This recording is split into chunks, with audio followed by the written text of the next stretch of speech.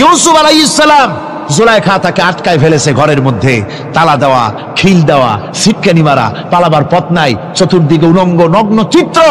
আর এই সুন্দরী যুবতী নারী জুলাইখা তার প্রেম নিবেদন করেছে হযরত ইউসুফের কাছে। যৌবনে ভরা টকবগে যৌবনের যুবক হযরত ইউসুফ আলাইহিস সালাম, সৌন্দর্যের পিরামিড, বাঁচার কোনো পথ নাই জুলাইখার কুপ্রবৃত্তি চরিতার্থ করে দেওয়া ছাড়া। কিন্তু হযরতে ইউসুফ আলাইহিস সালাম আল্লাহ রাব্বুল আলামিনকে ডাকলেন, হতাশায় ভেঙে পড়লেন না, আল্লাহকে ভয় করলেন, আল্লাহকে ডাকলেন। আল্লাহকে ডেকে, আল্লাহকে ভয় করে তালাবদ্ধ দরজার দিকে যখন দৌড় মারলেন, রব্বুল আলামিন আপন কুদরতে দরজার তালাগুলি খুলে দিলেন। ভাইরা আমার, এভাবে করে মুমিনেরা কখনো হতাশ হয় না। ফাইন্না মাআল উসরি ইউসরা, ইন্না মাআল উসরি ইউসরা। মনে রাখতে হবে, দুঃখ কষ্টের সাথে থাকে সুযোগ সুবিধা, আর প্রত্যেক অসচ্ছলতার সাথে থাকে উদার সচ্ছলতা। এর কোনো বিপরীত কখনই হয় না। আল্লাহ রাব্বুল আলামিন এইভাবে করে মুমিনদেরকে বলেছেন যেন তারা হতাশায় ভেঙে না পড়ে। আল্লাহ পাক বলে, বান্দা যখন আমাকে ডাকে, আমি বান্দার একদম নিকটে, তার ঘাড়ের চাইতেও নিকটে। ওয়া নাহানু আকরাবু ইলাইহি মিন হাবলিল ওয়ারিদ। আমি আমার বান্দার সারা যে রগের উপরে তার মাথা, এর থেকেও আমি আমার বান্দার বেশি নিকটে। সুবহানাল্লাহ পড়ে। আমি তোমার কাছে, আমার কাছে মাপ চাও, যত বড় গুনাহ হোক। ওয়া ক্বালা রাব্বুকুম উদউনি আস্তাজিব লাকুম। তোমার প্রভু তোমাকে ডেকে বলেছে, আমাকে ডাকো, আমি মাফ করে দেব। সুবহানাল্লাহি ওয়া বিহামদিহি। কত বড় কথা, আমাকে ডাকো, নিরাশ হয়েও না, হতাশ হয়েও না। আল্লাহর গজব বেশি না রহমত বেশি? আল্লাহর রহমত বেশি। হাদিসে কুদসির ভিতরে এসেছে, আল্লাহ পাক বলেছেন, কোন বান্দা যদি আমার দিকে এক বিগত অগ্রসর হয়, আমার রহমত তার দিকে এক হাত এগিয়ে যায়। কোন বান্দা যদি আমার দিকে হেঁটে আসে, আমার রহমত তার দিকে দৌড়ে যায়। বান্দা যখন আল্লাহর দরবারে দুহাত উঁচু করে চোখের পানি ফেলে দেয়, মুসলিম শরীফের হাদিসের ভিতরে এসেছে, গভীর রাতের তৃতীয় অংশে আল্লাহ রাব্বুল আলামিন প্রথম আকাশে আসেন আর ডেকে বলেন, পৃথিবীতে আছো নাকি কেউ গুনাহ করে জীবন বরবাদ করে দিয়েছো, আমার কাছে মাপ চাও। ঋণগ্রস্ত আছো, অসুস্থ আছো, অপমানিত আছো, কে আছো মাজলুম, আমাকে ডাকো, আমার কাছে বলো, আমি ডাকের সাড়া দেব, জীবনের আশা পূরণ করে দেব। ওই সময় যেই সমস্ত লোকেরা কান্দে তাহাজ্জুদের নামাজ পড়ে, আল্লাহ জিজ্ঞেস করেন ফেরেশতারা, অমুক অমুক দেশে অমুক অমুক বান্দারা কান্দে কেন? ফেরেশতারা বলে, রব্বুল আলামিন তুমি তো ভালো করে জানো। আল্লাহ বলেন, জানি, তবুও তোমাদের মুখে শুনতে চাই। তারা বলে, রব্বুল আলামিন তোমার এই বান্দা গুনাহ করেছে, গুনার জন্য মাপ চায়, জাহান্নাম থেকে বাঁচতে চায়। আল্লাহ পাক বলেন, ফেরেশতারা আমার এই বান্দারা আমারে দেখেছে নাকি? বলে দেখে নাই। বলে আমার দোজখ দেখেছে নাকি? বলে না, তাও দেখে নাই। আমার বেহেশত দেখেছে নাকি? বলে না, তাও দেখে নাই। আল্লাহ পাক বলেন, ফেরেশতারা সাক্ষী থাকো, ওরা আমাকে দেখে নাই, আমার বেহেশত দোজখ কিছুই দেখে নাই, শুধুমাত্র আমার নবীর কথা, আমার কোরআনের কথা বিশ্বাস করে আরামের ঘুমকে হারাম করে যেভাবে তারা কাঁদতেছে, সাক্ষী থেকে যাও ফেরেশতারা, আবার রহমতের দরিয়ায় জোশ মেরেছে, আমার ওই ক্রন্দনরত বান্দাগুলিকে আমি আল্লাহ মাফ করে দিলাম। সুতরাং মুমিন বান্দা যারা, আল্লাহর মুমিন বান্দা যারা, এই ঈমানের কোয়ালিটি, এটাও হতাশায় নিরাশায় ভেঙে পড়বে না। গুনাহ তো মানুষই করে, গুনাহ হয়ে গেছে, মাপ চাও। তোমার গুনাহ কদ্দূর? তোমার গুনাহ যদি হয় পাহাড় সমান, আল্লাহর রহমত আকাশ সমান। জাহান্নামের কঠিন শাস্তি থেকে বাঁচতে হলে আল্লাহর প্রতি ঈমান আনতে হবে। আর ঈমান আনলে যে কোয়ালিটিগুলি হওয়া উচিত, সেগুলি আমি আপনাদের সামনে আলোচনা করছি। এরপর আরেকটি কোয়ালিটি হবে মুমিনের, তা হলো কঠোর কঠিন বিপদে অবিচল থাকবে, বিপদে ভেঙে পড়বে না। বিপদ আপদ, শত্রুতা, ক্ষয় ক্ষতি যা কিছু হয় সবই আল্লাহর পক্ষ থেকে, এটা মেনে নিতে হবে এবং ধৈর্য ধারণ করতে হবে। বিপদ মুসিবত শুধু উম্মতের জন্য নয়, দুনিয়ার সমস্ত নবীদের বিপদ এসেছে, হয় নাই? নবীদের বিপদ আসে নাই? কোরআনে কারীম থেকে শুনুন, আল্লাহ রাব্বুল আলামিন বলেন, وَكَذَلِكَ جَعَلْنَا لِكُلِّ نَبِيٍّ عَدُوًّا مِنَ الْمُجْرِمِينَ। আল্লাহ পাক বলেন, এমনি করে আমি সকল নবীদের শত্রু বানিয়ে দিয়েছি সব পাপিষ্ঠ আর অপরাধ প্রবণ লোকদেরকে। প্রত্যেক যুগে নবীদের শত্রু ছিল, প্রত্যেক যুগে নবীদের কি ছিল? শত্রু ছিল। সে শত্রু কারা ছিল? আল্লাহ পাক বলছেন নবীদের শত্রু ছিল পাপিষ্ঠ আর অপরাধ প্রবণ লোক, এরাই ছিল নবীদের দুশমন। রাসূলগণের অবস্থা যদি এই হয়, তাহলে তার উম্মত, ওই দিনের ধারক বাহক যারা, তাদের বুঝি বিপদ আপদ হবে না? নাকি হবে কিনা? তো ইসলামের বিরোধিতা যারা করে, কোরআনের পরিভাষায় বলা হয়েছে ইসলামের দুশমন, নবীদের দুশমন। দুনিয়ার সব পাপিষ্ঠ আর অপরাধ প্রবণ লোকেরাই ইসলামের দুশমন হয়, নবীদের দুশমন হয়। আজও দেখেন, আজও তাকিয়ে দেখেন, ইসলামী আন্দোলনের বিরোধিতা যারা করে তারা পাপিষ্ঠ চরিত্রের কিনা তাকায় দেখেন, খুঁজে দেখেন, সর্বত্র খুঁজে দেখুন, খুঁজে দেখুন। যারা ইসলামী আন্দোলনের বিরোধিতা করে, যারা ইসলামকে মিটিয়ে দেওয়ার চেষ্টা করতেছে, যারা ইসলামকে মৌলবাদ বলে, ইসলামকে সাম্প্রদায়িক বলে, কোরআনে কারীমের কথা কত স্পষ্ট যে নবীদের দুশমন হয়, ইসলামের দুশমন হয় মুজরিম লোকেরা, অপরাধ প্রবণ আর পাপিষ্ঠ লোকেরা। আজও আমরা দেখতে পাই এই শ্রেণীর লোকেরা পাপিষ্ঠ এবং সবচাইতে সমাজের নিকৃষ্ট ধরনের চরিত্রহীন লোক। নামাজ নাই। আপনি খুঁজে দেখেন ইসলামী আন্দোলনের বিরোধিতা যারা করছে, যারা নেতৃত্ব দিচ্ছে, নামাজ নাই, রোজা নাই, চরিত্র নাই, হজ নাই, যাকাত নাই, মদ, জুয়া, জেনা, ব্যভিচার ইত্যাদিতে লিপ্ত। চেহারা দেখলে ছেলেপেলেরা 2 গ্লাস পানি খায় ভরসটে। কথা ঠিক কি রাখ? এই হলো অবস্থা। মারে কেন? মুমিনদেরকে, পয়গম্বরদেরকে, সাহাবীদেরকে এবং ঈমানদারদেরকে মারে কেন? তার কারণ হচ্ছে আল্লাহ রাব্বুল আলামিন বলেছেন ওয়া মা নাকামু মিনহুম ইল্লা আইয়ুমিনু বিল্লাহিল আজিজিল হামিদ। কাফিররা ঈমানদার লোকদেরকে অন্য কোন অপরাধী নির্যাতন চালায় না, নির্যাতন চালায় শুধু এই কারণে যেহেতু মুমিন লোকেরা পরাক্রমশালী, আল্লাহ রাব্বুল আলামিনের দ্বীনকে কায়েম করতে চায়, তার উপরে ঈমান এনেছে, এই কারণেই তারা মারে। ঠিক কিনা কর? যুগে যুগে নবীদের উপরে, সাহাবীদের উপরে যে অত্যাচার হয়েছে, সে অত্যাচার এই কারণেই হয়েছে, অন্য কোনো কারণে নয়। এই কঠিন বিপদে অবিচলতা এবং ধৈর্যের দৃষ্টান্ত নবীগণ পেশ করেছেন পৃথিবীর বুকে। আমরা দেখেছি ইব্রাহিম আলাইহিস সালামকে আগুনে ফালানো হয়েছে, আছে না কোরআন শরীফে? আমি কিন্তু গল্প করতেছি না, সব কোরআনের কথা। কিসের কথা? ইব্রাহিম আলাইহিস সালামকে আগুনে ফালানো হচ্ছে। অপরাধ কি? অপরাধ হচ্ছে হযরত ইব্রাহিম আলাইহিস সালাম দাওয়াত দিয়েছেন লা ইলাহা ইল্লাল্লাহ। জোরে পড়েন লা ইলাহা ইল্লাল্লাহ, লা ইলাহা, লা ইলাহা ইল্লাল্লাহ মুহাম্মাদুর রাসূলুল্লাহ। হযরত ইব্রাহিম আলাইহিস সালাম দ্বীনের দাওয়াত দিয়েছেন, এক আল্লাহর দাওয়াত দিয়েছেন, ঈমানের দাওয়াত দিয়েছেন। আর কোন অপরাধ ছিল না। নমরুদ সহ্য করতে পারল না। কোরআনে কারীমের মধ্যে সব কথাগুলি আল্লাহ পাক এই জন্য বিধৃত করেছেন, এই জন্য কোরআনে কারীমের মধ্যে সব কথা উঠায় দিয়েছেন, যাতে করে মুমিনেরা বিপদ আসলে পরে যেন ঘাবড়ে না যায়।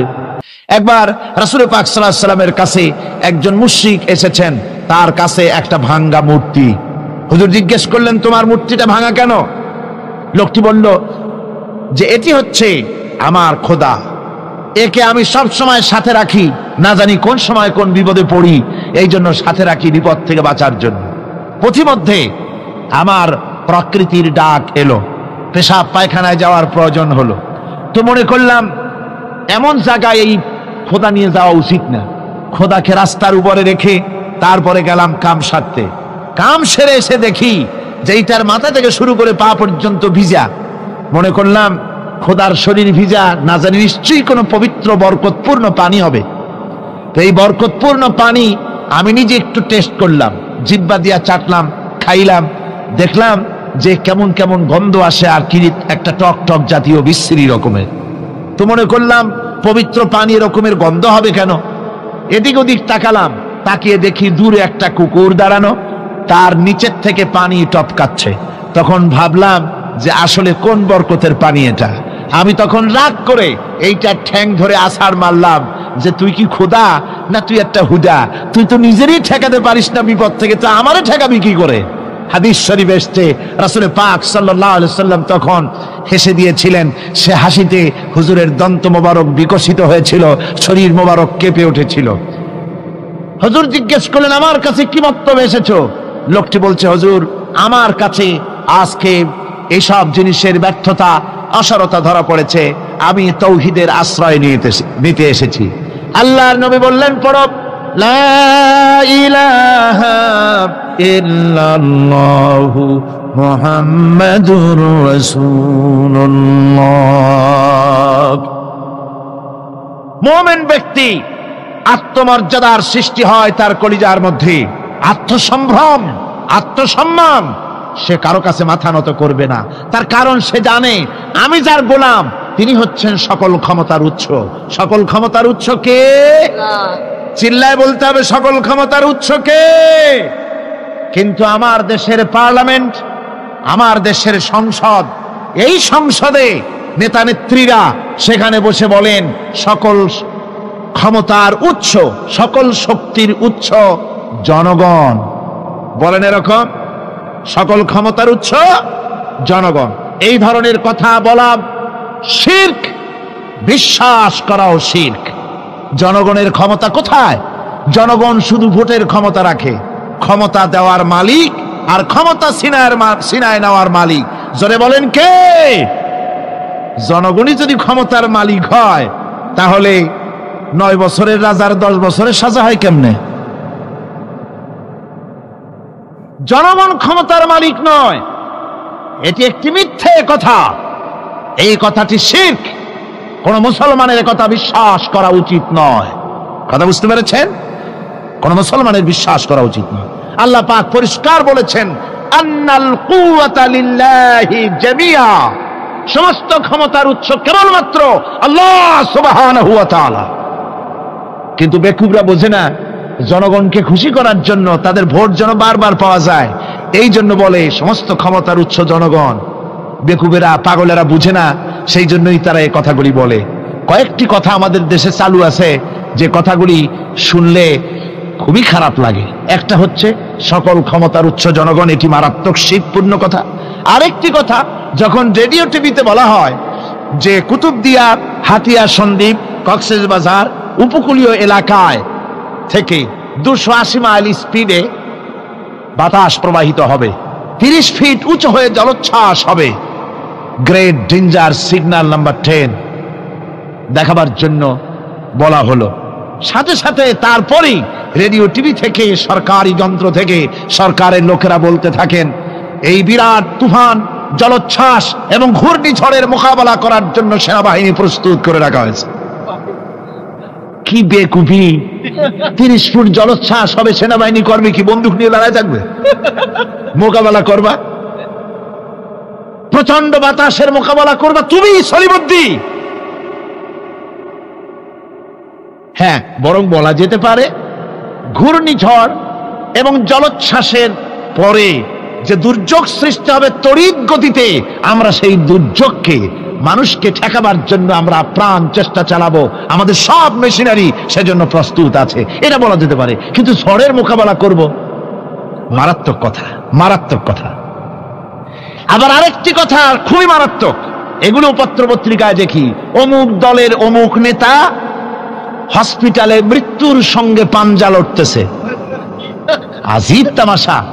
মৃত্যু কি তোমার মাইকেল টাইসন? মৃত্যু কি তোমার মোহাম্মদ আলী ক্লে যে পাঞ্জা লড়বা? মৃত্যুর সাথে পাঞ্জা লড়তে পারে এমন ক্ষমতা পৃথিবীর কেউ আছে? সুতরাং এগুলো জাহালাতের কথা, মূর্খতার কথা। মৃত্যু যন্ত্রণায় ভুগছে এটা বলা যায়, মৃত্যু যন্ত্রণায় কষ্ট পাচ্ছে বলা যায়, মৃত্যুর সাথে পাঞ্জা লড়ছে, সলিমুদ্দিন সাহস তো কম না। আমার ভাইয়েরা, সুতরাং সমস্ত ক্ষমতার উৎস কেবলমাত্র আল্লাহ সুবহানাহু ওয়া তাআলা। যাকে খুশি ক্ষমতায় দেন, যাকে খুশি ক্ষমতা থেকে নামায় দেন।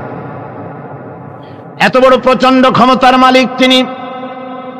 রাতকে দিন বানান, দিনকে রাত বানিয়ে দেন, সাগরকে নগর করেন, নগরকে সাগরে পরিণত করে দেন, আমিরকে ফকির করেন, ফকিরকে আমির বানায় দেন, রাস্তার মানুষ ধরে নিয়ে, অপরিচিত লোক একজন ধরে নিয়ে রাষ্ট্রের মালিক বানায় দেন, প্রেসিডেন্ট বানায় দেন।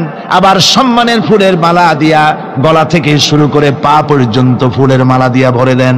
নাফরমানি যখন বাড়তে থাকে, এত বড় ক্ষমতার মালিক আমার আল্লাহ রাব্বুল আলামিন ফুলের মালাগুলি বাদ দিয়ে ফুলের মালার পরিবর্তে জুতার মালা গলায় পরাইয়া ফাঁসির মঞ্চে ঝুলাইয়া দেন।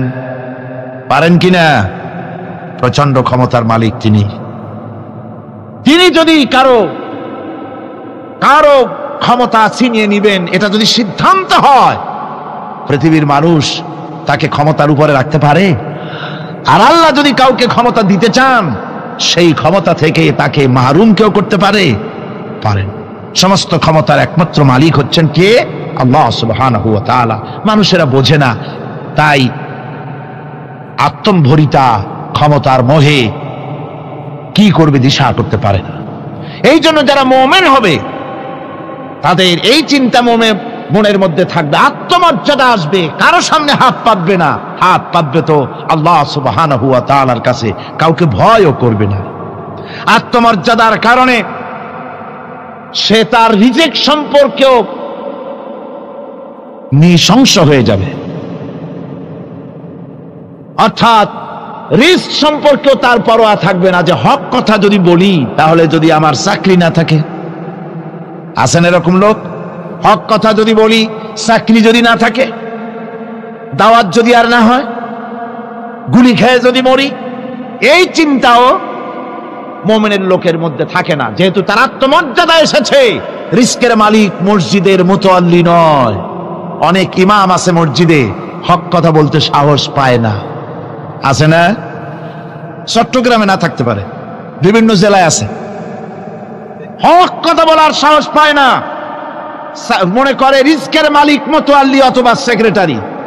আর দুর্ভাগ্যজনক সত্য, বাংলাদেশের অধিকাংশ মসজিদের মুতাল্লি আর সেক্রেটারি এমন লোক যারা ধর্মনিরপেক্ষতাবাদে বিশ্বাসী, যারা ইসলামের রাজনীতিতে বিশ্বাস করে না।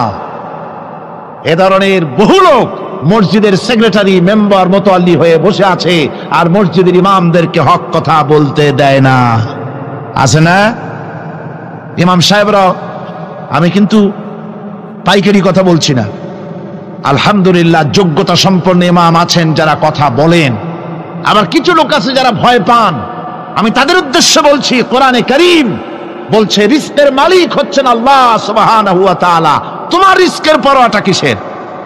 ইন্নাল্লাহা হুয়ার রাজ্জাকু যুল কুওয়াতিল মাতিন। রিস্কের মালিক তো আল্লাহ পাক, তার হাতেই সমস্ত রিস্ক। রিস্ক কার হাতে? বাংলাদেশ পৃথিবীর দ্বিতীয় বৃহত্তম মুসলিম দেশ, এই দেশে বসে মসজিদে কথা বলতে ভয় পায়। মুসলমানেরা মসজিদে বসে কথা বলতে ভয় পায়। কিন্তু ভারতের দিকে তাকান, ভারতের দিল্লির জুমা মসজিদের ইমাম আব্দুল্লাহ বুখারী, লোকটার জন্য দোয়া এসেই যায় দিল থেকে। যখন কলকাতার হাইকোর্টে কোরআনে কারীমকে ব্যান করে দেওয়ার জন্য মামলা দায়ের করা হলো, দিল্লির জুমা মসজিদের ইমাম বক্তৃতা করলেন। সেই বক্তৃতার ক্যাসেট আমার কাছে পৌঁছানো হয়েছিল। আমি বক্তৃতা যখন শুনছিলাম, আমার মনে হচ্ছিল যেন তার মুখ থেকে আগুন বর্ষণ হচ্ছে। তিনি বলতেছিলেন যে এই ভারতকে আমরা সাজায়েছি, এ ভারতকে আমরা পাতা পল্লব দিয়ে, শাখা প্রশাখা দিয়ে, ফুল দিয়ে, ফল দিয়ে গোটা ভারত 850 বছর বসে আমরা সাজিয়েছি। এ ভারতের কুতুব মিনার আমার, এ ভারতের তাজমহল, শীষমহল, এ ভারতের দেওয়ানি আম, দেওয়ানি খাস, এ ভারতের যা কিছু দেখার, যা কিছু সৌন্দর্য সব মুসলমানেরা করেছে। সেই মুসলমানদের কলিজা, সেই মুসলমানদের রূহ, গোটা পৃথিবীর মুসলমানদের মহজ, পৃথিবীর শ্রেষ্ঠ নেয়ামত আল্লাহ রাব্বুল আলামিনের আখেরি কালাম কোরআনের বিরুদ্ধে কেস হয়েছে। আব্দুল্লাহ বুখারী বলছেন, এই কোরআনের বিরুদ্ধে কোরআন ব্যান করার মতো রায় যদি ভারতের কোন জজ মুখ দিয়ে উচ্চারণ করে কোরআন ব্যান করা হলো, তিনি বলছেন আমি ভারতের জুমা মসজিদের ইমাম শুধু নই, ভারতের 20 কোটি মুসলমানের ইমাম আমি। তিনি বলছেন যদি কোরআনে কারীমকে ব্যান করার রায় ঘোষণা করবে যে জজ, সে জজকে আমি পায়ের নিচে পাড়ায় ধরে বাম হাত দিয়ে তার জিহ্বাটা টেনে ছিঁড়ে ফেলে দেব। আমার দেশে ভারতের মসজিদের ভেতরে ইমামরা যে কথা বলতে সাহস পায়, আমার দেশের মসজিদের অনেক ইমাম আগে যারা একটু সাহস পেত, এখন আবার অনেকের মধ্যে কোন কোন জেলায়, চিটাগংয়ে না কিন্তু কোন কোন জেলায় সাহস একটু কমে গেছে। তার কারণ কিছু বেয়াদব রাজনীতিক তারা বলেছে মসজিদের মধ্যে রাজনীতি করতে দেওয়া হবে না। ওরা হচ্ছে বেয়াদব। জোরে বলেন ওরা কি? আর জোরে বলেন ওই সব রাজনীতিবিদরা কি? তার কারণ হচ্ছে মসজিদে কি বলা হবে আর কি বলা হবে না তোমার মতো বেয়াদব রাজনীতিবিদের কাছ থেকে তাকেও জিজ্ঞেস করবে না। এ ফয়সালা হয়েছে 1400 বছর আগে। মসজিদে কি বলতে হবে আর না হবে তা শিক্ষা দিয়েছেন জনাবে মুহাম্মদ রাসূলুল্লাহ সাল্লাল্লাহু আলাইহি ওয়াসাল্লাম। ওলামাদেরকে মসজিদে ইমামতি যারা করে তারা হচ্ছে ইমাম নেতা, তোমরা তাদের সাথে আদব করতে হবে। তারা কি বলবে আর কি বলবে না ডিকটেট করার অধিকার কারো নাই। অধিকার আছে। সুতরাং আলিমদেরকে, মুমিনদেরকে, যারা নাকি কালেমা পড়ে মুসলমান হয়, তাদের সকলের এই সাহস মনের মধ্যে আসা দরকার, ব্যক্তিত্ব আসা দরকার। কারো পরোয়া নাই, পরোয়া করব শুধুমাত্র আল্লাহর। রিস্কের মালিক তিনি।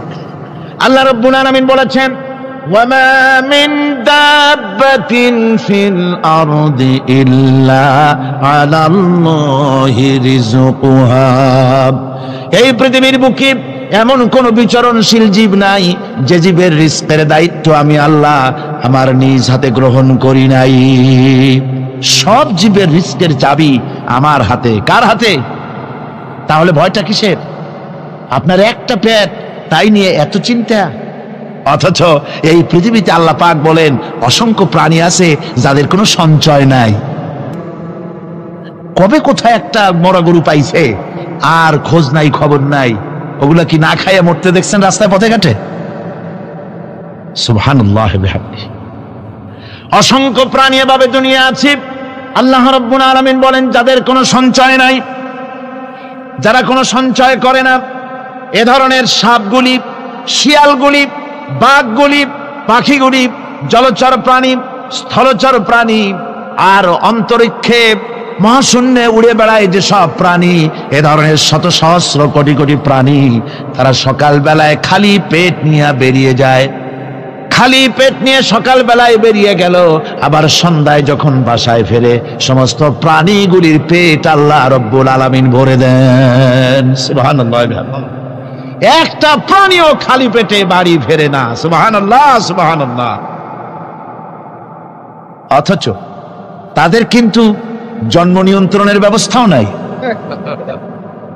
জঙ্গলে যত প্রাণী আছে তারা কি কোনোদিন মিছিল করে এসে বলেছে বাংলাদেশ সরকার আমাদের জঙ্গলের মধ্যে কোনো খোঁজ খবর তো আপনারা রাখেন না, এখানে বাচ্চা কাচ্চা বেশি হইতেছে আর খাওয়াইতে পারি না, এবার কিছু পরিবার পরিকল্পনার ওষুধপত্র পাঠান? কোনদিন বলেছে? বলে নাই, বলবেও না। কে খাওয়ায়? আল্লাহ পাক খাওয়ান। আল্লাহ পাক খাওয়ান। সুতরাং আল্লাহ রাব্বুল আলামিন রিজকের মালিক, একথা বিশ্বাস করতে হবে। সেই বিশ্বাসের অর্থ এই নয় যে আপনি চুপ করে বসে থাকবেন আর ফেরেশতারা রান্না করে আপনারে রূপচাঁদা মাছ খাওয়াই দিয়ে যাবে, এরকম না। বিশ্বাস করতে হবে, কাজ করতে হবে, এর ফলে আল্লাহ রাব্বুল আলামিন রিজকের ব্যবস্থা করবেন। ঈমান আনার পর প্রথম যে কোয়ালিটিটা হবে সেই কোয়ালিটি হচ্ছে পার্সোনালিটি, আত্মসম্ভ্রম, আত্মমর্যাদা। দুনিয়ায় কারোর সামনে মাথা সে নত করবে না, মাথা নত করবে কেবলমাত্র আল্লাহর কাছে।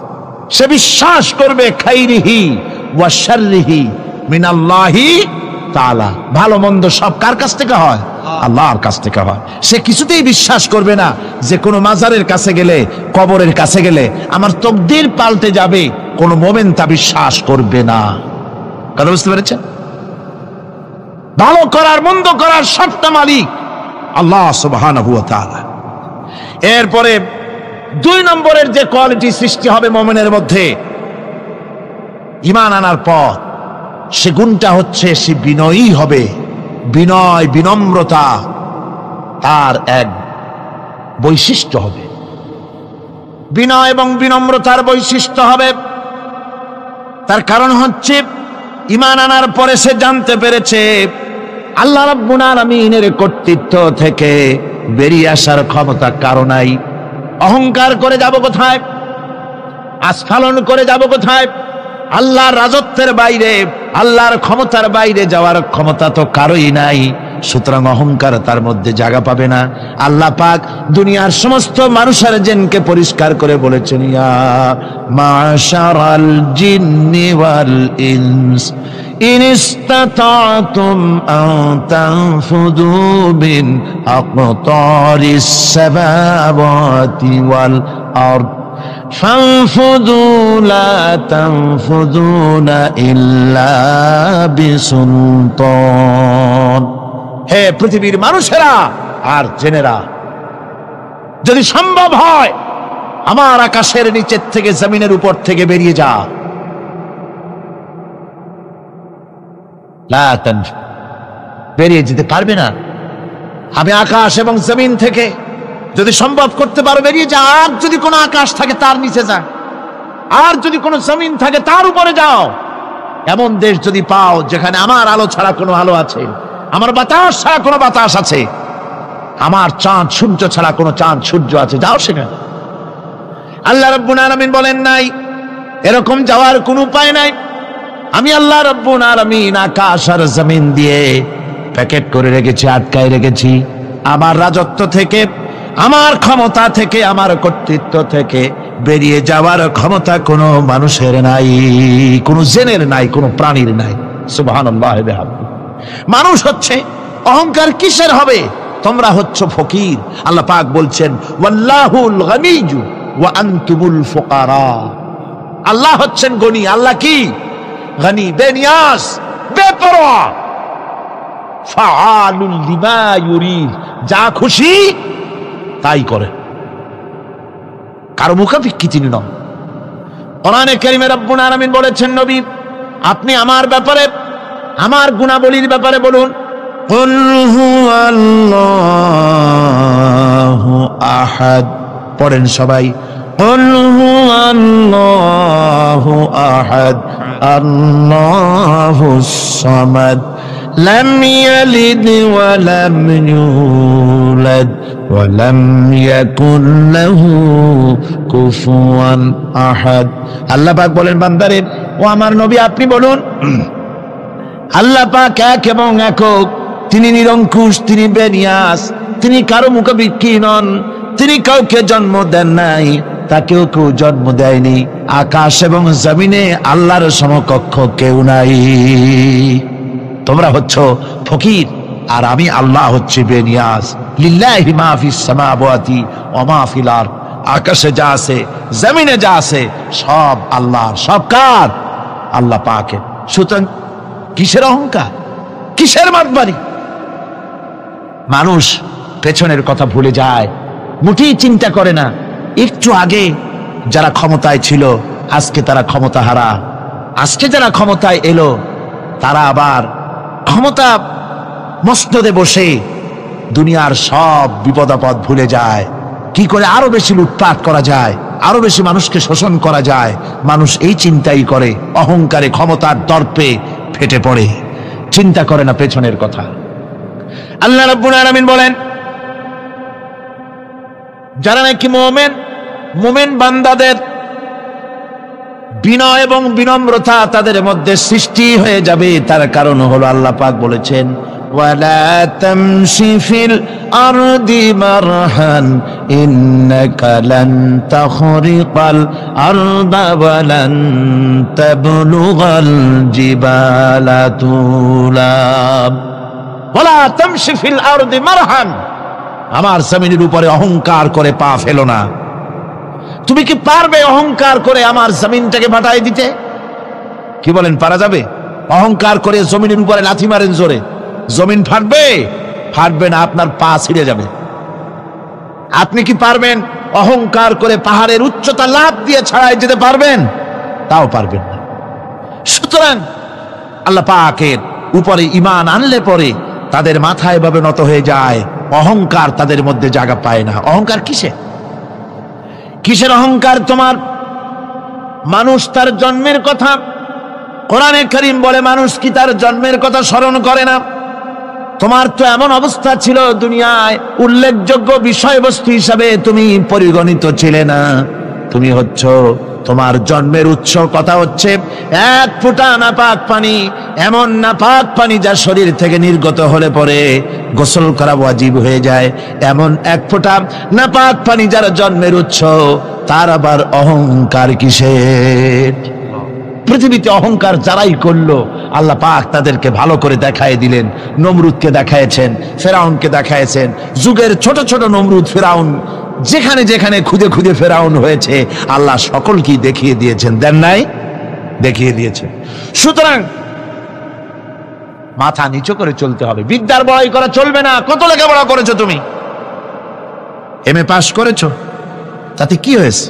সবে মাত্র বর্ণবোধ পড়েছো, জ্ঞানের রাজ্যে পা ঢুকিয়েছো, এখনো কিছু শেখনি। টাইটেল পাস করেছো, তো কি হয়েছে? কদ্দুর শিখেছো?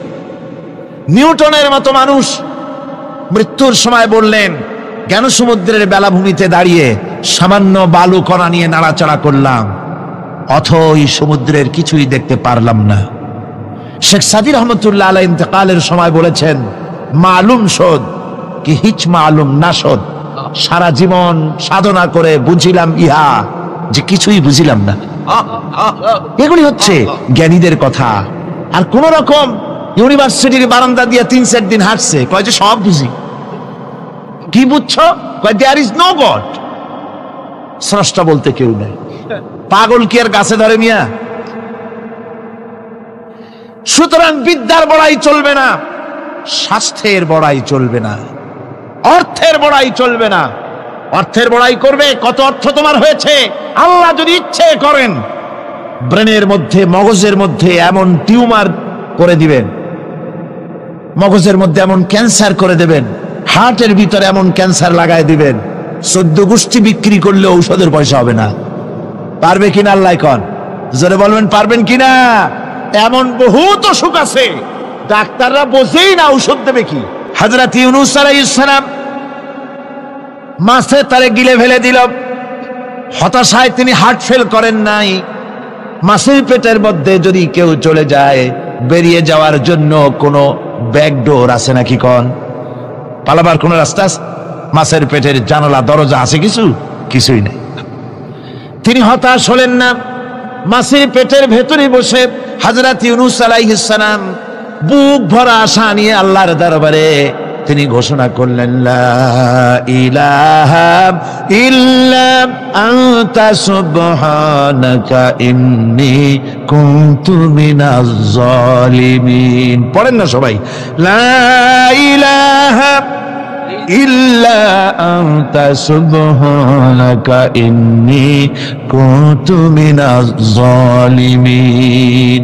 হযরত ইউনূস আলাইহিস সালাম বললেন, আল্লাহ তুমি ছাড়া কোনো ইলাহা নাই, তোমার পবিত্রতা ঘোষণা করছি, আমি জালিমদের অন্তর্ভুক্ত হয়ে গেছি। তিনি যখন চিল্লাচ্ছিলেন, মাছির পেটের ভিতরে বসে যখন কাতরুক্তি করতেছিলেন, আল্লাহ বুঝি তখন শোনেন নাই সে কথা? কি বলেন? আল্লাহ বুঝি তখন তন্দ্রায় বা নিদ্রায় ছিলেন না? আল্লাহ পাক কি ঘুমান? তন্দ্রায় যান? লা তাখুযুহু সিনাতুন ওয়ালা নাওম। আল্লাহ রাব্বুল আলামিন বলেন, কোন তন্দ্রা বা নিদ্রা আল্লাহ রাব্বুল আলামিনকে স্পর্শ করে না। হযরত ইউনূস আলাইহিস সালাম যখন মাছের পেটের ভিতরে বসে চিৎকার মারলেন, আল্লাহ পাক বলেন, ইউনূস রে, তোমার ওই ডাক কেউ শোনে নাই, দুনিয়ার কোন রাজা বাদশাহ শোনে নাই, দুনিয়ার কোন বন্ধু বান্ধব তোমার শোনে নাই, কিন্তু আমি তোমার আরশের মালিক, আমি রব্বুল আলামিন শুনেছি। আল্লাহ পাক বলেন, আমি জবাব দিলাম। মাছের পেটের ভিতরে বেদনা শুরু হয়ে গেল, মাছ আর তলদেশে শুয়ে থাকতে পারলো না, সাঁতরাতে পারলো না, মাছ ভেসে উঠল উপরে। পেটের যন্ত্রণায় মাছ কিনারায় চলে এসে বমি করে দিতে পারলে যেন বাঁচি, এই অবস্থা মাছের হলো। কিনারায় চলে এলো, বমি করে ইউনূস আলাইহিস সালামকে ফেলে দিল, মাছও বাঁচলো, ইউনূস আলাইহিস সালামও বাঁচলো। আল্লাহ রাব্বুল আলামিন বলেন, মুমিনেরা শোনো, শুধু ইউনূসকে নয়, ওয়া কাযালিকা নুজিল মুমিনিন, এইভাবে করে মুমিন বান্দারা যদি আমাকে ডাকে, আমার কাছে যদি হাত ফাইলায়, আমি আল্লাহ রব্বুল আলামিন মুমিনদের এভাবে বিপদ মুক্ত করে দেই।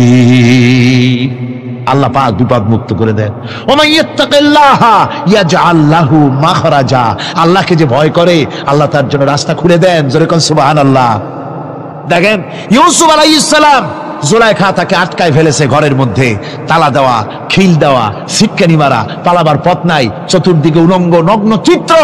আর এই সুন্দরী যুবতী নারী জুলাইখা তার প্রেম নিবেদন করেছে হযরত ইউসুফের কাছে। যৌবনে ভরা টকবগে যৌবনের যুবক হযরত ইউসুফ আলাইহিস সালাম, সৌন্দর্যের পিরামিড, বাঁচার কোনো পথ নাই জুলাইখার কুপ্রবৃত্তি চরিতার্থ করে দেওয়া ছাড়া।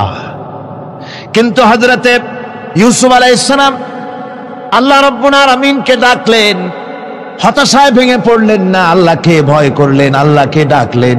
আল্লাহকে ডেকে, আল্লাহকে ভয় করে তালাবদ্ধ দরজার দিকে যখন দৌড় মারলেন, রব্বুল আলামিন আপন কুদরতে দরজার তালাগুলি খুলে দিলেন। ভাইরা আমার, এভাবে করে মুমিনেরা কখনো হতাশ হয় না। ফাইন্না মাআল উসরি ইউসরা, ইন্না মাআল উসরি ইউসরা। মনে রাখতে হবে, দুঃখ কষ্টের সাথে থাকে সুযোগ সুবিধা, আর প্রত্যেক অসচ্ছলতার থাকে সাথে থাকে উদার সচ্ছলতা। এর কোনো বিপরীত কখনই হয় না। আল্লাহ রাব্বুল আলামিন এইভাবে করে মুমিনদেরকে বলেছেন যেন তারা হতাশায় ভেঙে না পড়ে। আল্লাহ পাক বলে, বান্দা যখন আমাকে ডাকে, আমি বান্দার একদম নিকটে, তার ঘাড়ের চাইতেও নিকটে। ওয়া নাহানু আকরাবু ইলাইহি মিন হাবলিল ওয়ারিদ, আমি আমার বান্দার সরক যে রগের উপরে তার মাথা, এর থেকেও আমি আমার বান্দার বেশি নিকটে। সুবহানাল্লাহ পড়ে।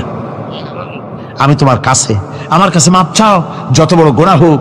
ওয়া ক্বালা রাব্বুকুম উদউনি আস্তাজিব লাকুম, তোমার প্রভু তোমাকে ডেকে বলেছে আমাকে ডাকো, আমি মাফ করে দেব। সুবহানাল্লাহ ওয়া বিহামদিহি। কত বড় কথা, আমাকে ডাকো, নিরাশ হয়েও না, হতাশ হয়েও না। আল্লাহর গজব বেশি না রহমত বেশি? আল্লাহর রহমত বেশি। হাদিসে কুদসির ভিতরে এসেছে, আল্লাহ পাক বলেছেন, কোন বান্দা যদি আমার দিকে এক বিগত অগ্রসর হয়, আমার রহমত তার দিকে এক হাত এগিয়ে যায়। কোন বান্দা যদি আমার দিকে হেঁটে আসে, আমার রহমত তার দিকে দৌড়ায় যায়। বান্দা যখন আল্লাহর দরবারে দুহাত উঁচু করে চোখের পানি ফেলে দেয়, মুসলিম শরীফের হাদিসের ভিতরে এসেছে, গভীর রাত্রে, রাতের তৃতীয় অংশে আল্লাহ রাব্বুল আলামিন প্রথম আকাশে আসেন আর ডেকে বলেন, পৃথিবীতে আছো নাকি কেউ গুনাহ করে জীবন বরবাদ করে দিয়েছো, আমার কাছে মাপ চাও। ঋণগ্রস্ত আছো, অসুস্থ আছো, অপমানিত আছো, কে আছো মাজলুম, আমাকে ডাকো, আমার কাছে বলো, আমি ডাকের সাড়া দেব, জীবনের আশা পূরণ করে দেব। ওই সময় যেই সমস্ত লোকেরা কান্দে তাহাজ্জুদের নামাজ পড়ে, আল্লাহ জিজ্ঞেস করেন ফেরেশতারা, অমুক অমুক দেশে অমুক অমুক বান্দারা কান্দে কেন? ফেরেশতারা বলে, রব্বুল আলামিন তুমি তো ভালো করে জানো। আল্লাহ বলেন, জানি, তবুও তোমাদের মুখে শুনতে চাই। তারা বলে, রব্বুল আলামিন তোমার এই বান্দা গুনাহ করেছে, গুনার জন্য মাপ চায়, জাহান্নাম থেকে বাঁচতে চায়। আল্লাহ পাক বলেন, ফেরেশতারা আমার এই বান্দারা আমারে দেখেছে নাকি? বলে দেখে নাই। বলে আমার দোজখ দেখেছে নাকি? বলে না, তাও দেখে নাই। আমার বেহেশত দেখেছে নাকি? বলে না, তাও দেখে নাই।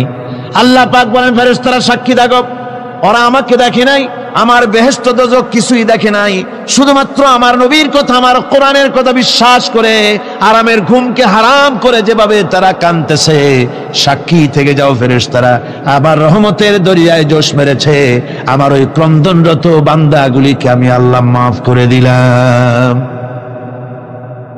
সুতরাং মুমিন বান্দা যারা, আল্লাহর মুমিন বান্দা যারা, এই ইমানের কোয়ালিটি এটাও হতাশায় নিরাশায় ভেঙে পড়বে না। গুনাহ তো মানুষই করে, গুনাহ হয়ে গেছে মাপ চাও। তোমার গুনাহ কদ্দূর? তোমার গুনাহ যদি হয় পাহাড় সমান, আল্লাহর রহমত আকাশ সমান। জাহান্নামের কঠিন শাস্তি থেকে বাঁচতে হলে আল্লাহর প্রতি ঈমান আনতে হবে। আর ঈমান আনলে যে কোয়ালিটিগুলি হওয়া উচিত সেগুলি আমি আপনাদের সামনে আলোচনা করছি। এরপর আরেকটি কোয়ালিটি হবে মুমিনের, তা হলো কঠোর কঠিন বিপদে অবিচল থাকবে, বিপদে ভেঙে পড়বে না। বিপদ আপদ শত্রুতা ক্ষয় ক্ষতি যা কিছু হয় সবই আল্লাহর পক্ষ থেকে, এটা মেনে নিতে হবে এবং ধৈর্য ধারণ করতে হবে। বিপদ মুসিবত শুধু উম্মতের জন্য নয়, দুনিয়ার সমস্ত নবীদের বিপদ এসেছে, হয় নাই? নবীদের বিপদ আসে নাই? কোরআনে কারীম থেকে শুনুন, আল্লাহ রাব্বুল আলামিন বলেন, وَكَذَلِكَ جَعَلْنَا لِكُلِّ نَبِيٍّ عَدُوًّا مِنَ الْمُجْرِمِينَ। আল্লাহ পাক বলেন, এমনি করে আমি সকল নবীদের শত্রু বানিয়ে দিয়েছি সব পাপিষ্ঠ আর অপরাধ প্রবণ লোকদেরকে। প্রত্যেক যুগে নবীদের শত্রু ছিল, প্রত্যেক যুগে নবীদের কি ছিল? শত্রু ছিল। সে শত্রু কারা ছিল? আল্লাহ পাক বলছেন নবীদের শত্রু ছিল পাপিষ্ঠ আর অপরাধ প্রবণ লোক, এরাই ছিল নবীদের দুশমন। রাসূলগণের অবস্থা যদি এই হয়, তাহলে তার উম্মত, ওই দিনের ধারক বাহক যারা, তাদের বুঝি বিপদ আপদ হবে না? নাকি হবে কিনা? তো ইসলামের বিরোধিতা যারা করে, কোরআনের পরিভাষায় বলা হয়েছে ইসলামের দুশমন, নবীদের দুশমন। দুনিয়ার সব পাপিষ্ঠ আর অপরাধ প্রবণ লোকেরাই ইসলামের দুশমন হয়, নবীদের দুশমন হয়। আজও দেখেন, আজও তাকিয়ে দেখেন, ইসলামী আন্দোলনের বিরোধিতা যারা করে তারা পাপিষ্ঠ চরিত্রের কিনা। তাকায় দেখেন, খুঁজে দেখেন, সর্বত্র খুঁজে দেখুন, খুঁজে দেখুন যারা ইসলামী আন্দোলনের বিরোধিতা করে, যারা ইসলামকে মিটিয়ে দেওয়ার চেষ্টা করতেছে, যারা ইসলামকে মৌলবাদ বলে, ইসলামকে সাম্প্রদায়িক বলে। কোরআনে কারীমের কথা কত স্পষ্ট যে নবীদের দুশমন হয়, ইসলামের দুশমন হয় মুজরিম লোকেরা, অপরাধ প্রবণ আর পাপিষ্ঠ লোকেরা। আজও আমরা দেখতে পাই এই শ্রেণীর লোকেরা পাপিষ্ঠ এবং সবচাইতে সমাজের নিকৃষ্ট ধরনের চরিত্রহীন লোক। নামাজ নাই। আপনি খুঁজে দেখেন ইসলামী আন্দোলনের বিরোধিতা যারা করছে, যারা নেতৃত্ব দিচ্ছে, নামাজ নাই, রোজা নাই, চরিত্র নাই, হজ নাই, যাকাত নাই, মদ জুয়া জেনা ব্যভিচার ইত্যাদিতে লিপ্ত। চেহারা দেখলে ছেলেপেলেরা 2 গ্লাস পানি খায় ভর চোটে। কথা ঠিক কিনা কর? এই হলো অবস্থা। মারে কেন? মুমিনদেরকে, পয়গম্বরদেরকে, সাহাবীদেরকে এবং ঈমানদারদেরকে মারে কেন? দেখেছি ইব্রাহিম আলাইহিস সালামকে আগুনে ফালানো হয়েছে, আছে না কোরআন শরীফে? আমি কিন্তু গল্প করতেছি না, সব কোরআনের কথা। কিসের কথা? ইব্রাহিম আলাইহিস সালামকে আগুনে ফালানো হচ্ছে। অপরাধ কি? অপরাধ হচ্ছে হযরত ইব্রাহিম আলাইহিস সালাম দাওয়াত দিয়েছেন লা ইলাহা ইল্লাল্লাহ। জোরে পড়েন, লা ইলাহা ইল্লাল্লাহ, লা ইলাহা লা ইলাহা ইল্লাল্লাহ মুহাম্মাদুর রাসূলুল্লাহ। হযরত ইব্রাহিম আলাইহিস সালাম দ্বীনের দাওয়াত দিয়েছেন, এক আল্লাহর দাওয়াত দিয়েছেন, ঈমানের দাওয়াত দিয়েছেন। আর কোন অপরাধ ছিল না। নমরুদ সহ্য করতে পারল না। কোরআনে কারীমের মধ্যে সব কথাগুলি আল্লাহ পাক এই জন্য বিধৃত করেছেন, এই জন্য কোরআনে কারীমের মধ্যে সব কথা উঠায় দিয়েছেন, যাতে করে মুমিনেরা বিপদ আসলে পরে যেন ঘাবড়ে না যায়। ইব্রাহিম আলাইহিস সালামকে আগুনে ফেলানো হচ্ছে। ফেরেশতা বলছে, ইব্রাহিম তোমারে আগুনে ফেলায় দেওয়া হতেছে, আমার কাছে সাহায্য চাও, আমার কাছে ক্ষমতা আছে, আগুনগুলো উঠাইয়া নমরুদের বংশ জ্বালায় দেব। হযরত ইব্রাহিম ফেরেশতার কাছে সাহায্য চাইছিলেন নাকি? তিনি বললেন, ফেরেশতা তোমার কাছে সাহায্য কেন চাইব? আমি তো এমন কোন অন্ধ আল্লাহর ইবাদত করি না যেই অন্ধ স্রষ্টা তার গোলামের দুঃখ দুর্দশা না দেখেন। আমি তোমার কাছে সাহায্য চাইব না। হযরত ইব্রাহিম আলাইহিস সালাম পাস করলেন। কি বলেন, পাস করছেন না? ঈমানের পরীক্ষায় পাস। আগুনের মধ্যে হযরত ইব্রাহিমকে যখন ফেলানো হচ্ছে, রব্বুল আলামিন আগুনের প্রতি নোটিশ করে দিলেন, ইয়া নারু কুনি বারদাও ওয়া সালামান আলা ইব্রাহিম। আগুন আমার ইব্রাহিমের জন্য শান্তিদায়ক, ঠান্ডা হয়ে যা। এখন কি আর আগুনের বাপের ক্ষমতা আছে ইব্রাহিমের পোড়ানো? আর ক্ষমতা নাই। আমার বন্ধুগণ, ইব্রাহিম আগুনের ভিতরে আরামে বসা আছেন, আর ওদিকে নমরুদ বসে বসে দেখতেছে দূর থেকে। ইব্রাহিম তো জ্বলে না, গায়ের মধ্যে আগুন জ্বলে গেল। ডাক দিয়া কয়, আগুন তোর হলো কি? কেন জ্বালাইতে পারিস না আমার দুশ্মন রে? হলোটা কি তোর? তোর কি জ্বালানো শক্তি বন্ধ হয়ে গেল নাকি? আগুনের ভিতর থেকে জবাব এলো, নমরুদ রে, আমার ভিতরে জ্বালানো শক্তি আছে কি নাই যদি প্রমাণ করতে চাও, টেস্ট করতে চাও, তুই নিজে আয়, তোরে শুদ্ধ তামাম দুনিয়া জ্বালাই দিতে পারি, ইব্রাহিমের এক গাছা পশমও জ্বালাই দিতে পারি না। তার কারণ হচ্ছে আমি হচ্ছি মাখলুক, আল্লাহ হচ্ছেন খালিক। আল্লাহ আমাকে বলেছেন না জ্বালাতে, তুমি 1000 বার বললেও আমি ইব্রাহিমকে জ্বালাইতে পারবো না। কোরআনে কারিমে ঘটনা বলে মুমিনদেরকে সাহস দেওয়া হচ্ছে, মুমিনেরা দ্বীনের কাজ করতে গিয়ে বিপদ আবাজ আসবে, ইমানের দাবি হলো বিপদ আসবে, আর বিপদ আসলে ঘাবড়ায় যেও না, মুসিবতে পড়ে চিন্তায় পেরেশানে হয়রান হয়ে যেও না। বিশ্বকবি আল্লামা ইকবাল কি সুন্দর করে বলেছেন, আজ ভি হোক জু ইব্রাহিম কা ইমা पैदा आग कर सकती है एक अंदाज गुलिस्तां पैदा। ইব্রাহিমের ঈমান যদি আজিও কোথাও হয় বিদ্যমান, করতে পারেন অগ্নিকুণ্ডে খুবসুরত এক গুলিস্তান। আজও যদি আগুনের ভিতরে কোন নমরুদ কোন ইব্রাহিমকে যদি ফেলে দেয়, আল্লাহ রাব্বুল আলামিন আজও আগুনকে ফুলের বাগান বানায়া দিবেন। সুবহানাল্লাহ। ভয় পাওয়ার কারণ নাই, চিন্তা করার কোনো কারণ নাই। আমার বন্ধুগণ, হযরতে হুদ আলাইহিস সালামকে যখন সমাজের লোকেরা, রাষ্ট্রের লোকেরা ঘিরে ফেলে দিল, সমাজ শক্তি, রাষ্ট্র শক্তি যখন তাকে ঘিরে ফেলে দিল, ষড়যন্ত্রের পাহাড় তুলে দিল, তারে মেরে ফেলে দিবে, হযরত হুদ দেশ থেকে তার পালায় গেলেন না, ভয় পেলেন না।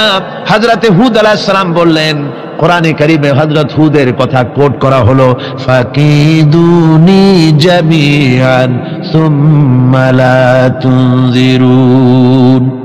সম্মিলিতভাবে ষড়যন্ত্র করো আমার বিরুদ্ধে, সবাই মিলে ষড়যন্ত্র করো, সুম্মা লা তুনজিরুন, আর আমাকে এতটুকু অবকাশ তোমরা দিও না। ইন্নী তাওয়াক্কালতু আলাল্লাহি রাব্বি ওয়া রাব্বিকুম, আমি ভরসা করেছি সেই আল্লাহর উপরে যার কুদরতি হাতের ভেতরে, যিনি আমাদের রব তোমাদেরও রব, আর যার কুদরতি হাতের ভিতরে তামাম পৃথিবীর জানগুলি যার হাতে, সে আল্লাহর উপরে ভরসা করেছি। ষড়যন্ত্র যদ্দূর আছে করতে থাকো, আমি ষড়যন্ত্র পরোয়া করি না। সুবহানাল্লাহ পড়েন। এটাই হলো মুমিনের কোয়ালিটি। শুধু ঈমান, লা ইলাহা ইল্লাল্লাহ মুহাম্মাদুর রাসূলুল্লাহ, গরুর গোশত খাই, আর রবিউল মাস আসতে পরে ইয়া নবী সালাম আলাইকা, ইয়া রাসূল সালাম আলাইকা, তারপরে গরম গরম জিলাপি আর রসগোল্লা খাইলাম খুব বেশি করে, এর নাম মুমিন নয়। মুমিন হচ্ছে তার চলায় ফেরায়, ওঠায় বসায় সাহসকে তার এক আন্দাজ তৈরি হবে সে। আমার ভাইয়েরা, বিপদে অবিচলতা আমাদেরকে পয়গম্বরেরা শিক্ষা দান করেছেন। আমরা দেখতে পেয়েছি বিশ্বনবী জনাবে মুহাম্মদুর রাসূলুল্লাহ সাল্লাল্লাহু আলাইহি ওয়াসাল্লাম হিজরতের রাত, কাফেররা চতুর্দিকে দাঁড়ানো, হযরত জিবরাইল এসে বলেন, ইয়া রাসূলুল্লাহ, হে কাফেররা চতুর্দিকে ঘিরে দাঁড়ায়ছে, গভীর রাত, এখন হাতে তাদের তরবারি, সকাল হলে পরেই তারা আপনাকে মেরে ফেলে দিবে, তাড়াতাড়ি ওঠেন, মদিনার দিকে চলে যান। আল্লাহ নবী ঘুমের থেকে জেগে হযরত আলীকে ডেকে বলেন, আলী, আল্লাহ অর্ডার করেছেন আমি মদিনায় চললাম, আমার বিছানার পরে আমার চাদর গায়ে দিয়ে শুয়ে থাকো। হযরত আলী বলেন, আল্লাহর হাবিব, আপনার চাদর গায়ে দিয়ে ঘুমিয়ে থাকবো, সকালবেলায় কাফির বেঈমানেরা আপনার বিছানার পরে আপনার চাদর গায়ে দেওয়া অবস্থায় আমি আলীকে তারা মুহাম্মদ মনে করবে, আর আমি আলীকে নবী মনে করে তারা তাদের তরবারি দিয়া কেটে কেটে টুকরা টুকরা করে আমারে বিদায় করে দেবে দুনিয়া থেকে। এতটুকুনো পরোয়া করি না, বরং আমার দিলের মধ্যে এটাই তৃপ্তি থাকবে যে আমি আলীর জীবনের বিনিময় আল্লাহর হাবিব দুনিয়ায় বেঁচে আছেন।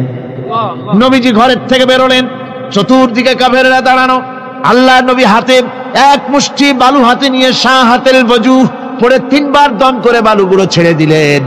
বালিগুলি ঘরের চতুর্দিকে কাফেরদের চোখে চলে গেল। পরবর্তী সময় রব্বুল আলামিন ডেকে বলেন, নবীরে, বালি যখন নিক্ষেপ আপনি করেছিলেন, ধুলাগুলি আপনি তো শুধু নিক্ষেপ করেছিলেন, কিন্তু চতুর্দিকে কাফেরদের চোখে গেল কেমনে? একদিকে মেরেছিলেন, সেই দিকেই তো যাওয়ার কথা ছিল, চতুর্দিকের কাফেরের চোখে চোখে সেগুলো পৌঁছে গেল কেমনে? ওয়ামা রামাইতা ইদ রামাইতা ওয়ালাকিন্নাল্লাহ রামা। আপনি নিক্ষেপ করেন নাই, যখন আপনি নিক্ষেপ করেছিলেন আপনি তো শুধু বালু কণা ছেড়েছেন, আর ওই বালু কণাগুলি ঘরের চতুর্দিকে সব কাফেরদের চোখে পৌঁছবার দায়িত্ব আমার কুদরত গ্রহণ করেছিল। আমার ভাইয়েরা, নবীজি বিপদে, এতগুলি শত্রু তরবারি নিয়ে তিনি বিপদে ধৈর্য হারা হন নাই। আস্তে করে ঘরের থেকে বেরিয়ে হযরত আবু বকরের বাড়িতে গিয়ে হাজির। দরজায় গিয়ে আওয়াজ দিলেন, আবু বকর। অমনি দরজা খুলে গেল। লাব্বাইক ওয়া সাদাইক। হুজুর বলেন, আবু বকর রে, একটা ডাকে কেমনে সাড়া দিলে? তুমি কি ঘুমাইছিলে না? হযরত আবু বকর বলেন, হুজুর আপনি বলেছেন আমাকে নিয়ে হিজরত করবেন, আমি মনে মনে চিন্তা করেছি না জানি কত রাত্রে নবীজি আসেন, উঠতে যদি আমার দেরি হয়ে যায়, নবীজি যদি দরজার কাছে দাঁড়ায় দাঁড়ায় আমারে ডাকাডাকি করে, আর আমি যদি ঘুমায় থাকি, তাহলে আল্লাহ নবীর সঙ্গে বেয়াদবি হয়ে যাবে। এই মনে করে বিছানায় না ঘুমাইয়া আপনার গলার আওয়াজ শোনার জন্য এই দরজার সঙ্গে পিঠ লাগাইয়া লাগাইয়া দাঁড়াইয়া ঘুমাচ্ছিলাম। আল্লাহ নবী হযরত আবু বকরকে সঙ্গে করে নিয়ে চললেন মদিনার দিকে। উল্টা পথে রওনা করলেন। বারবার কাবা শরীফের দিকে তাকাতে লাগলেন। বুখারী শরীফে এসেছে, নবীজি বারবার কাবার দিকে তাকিয়ে বলতেছেন, রে কাবা, বড় আশা ছিল তোর কাছে থাকবো, তোর খেদমত করব, কিন্তু তোর নিষ্ঠুর সন্তানেরা তোর কাছে আমারে থাকতে দিল না রে।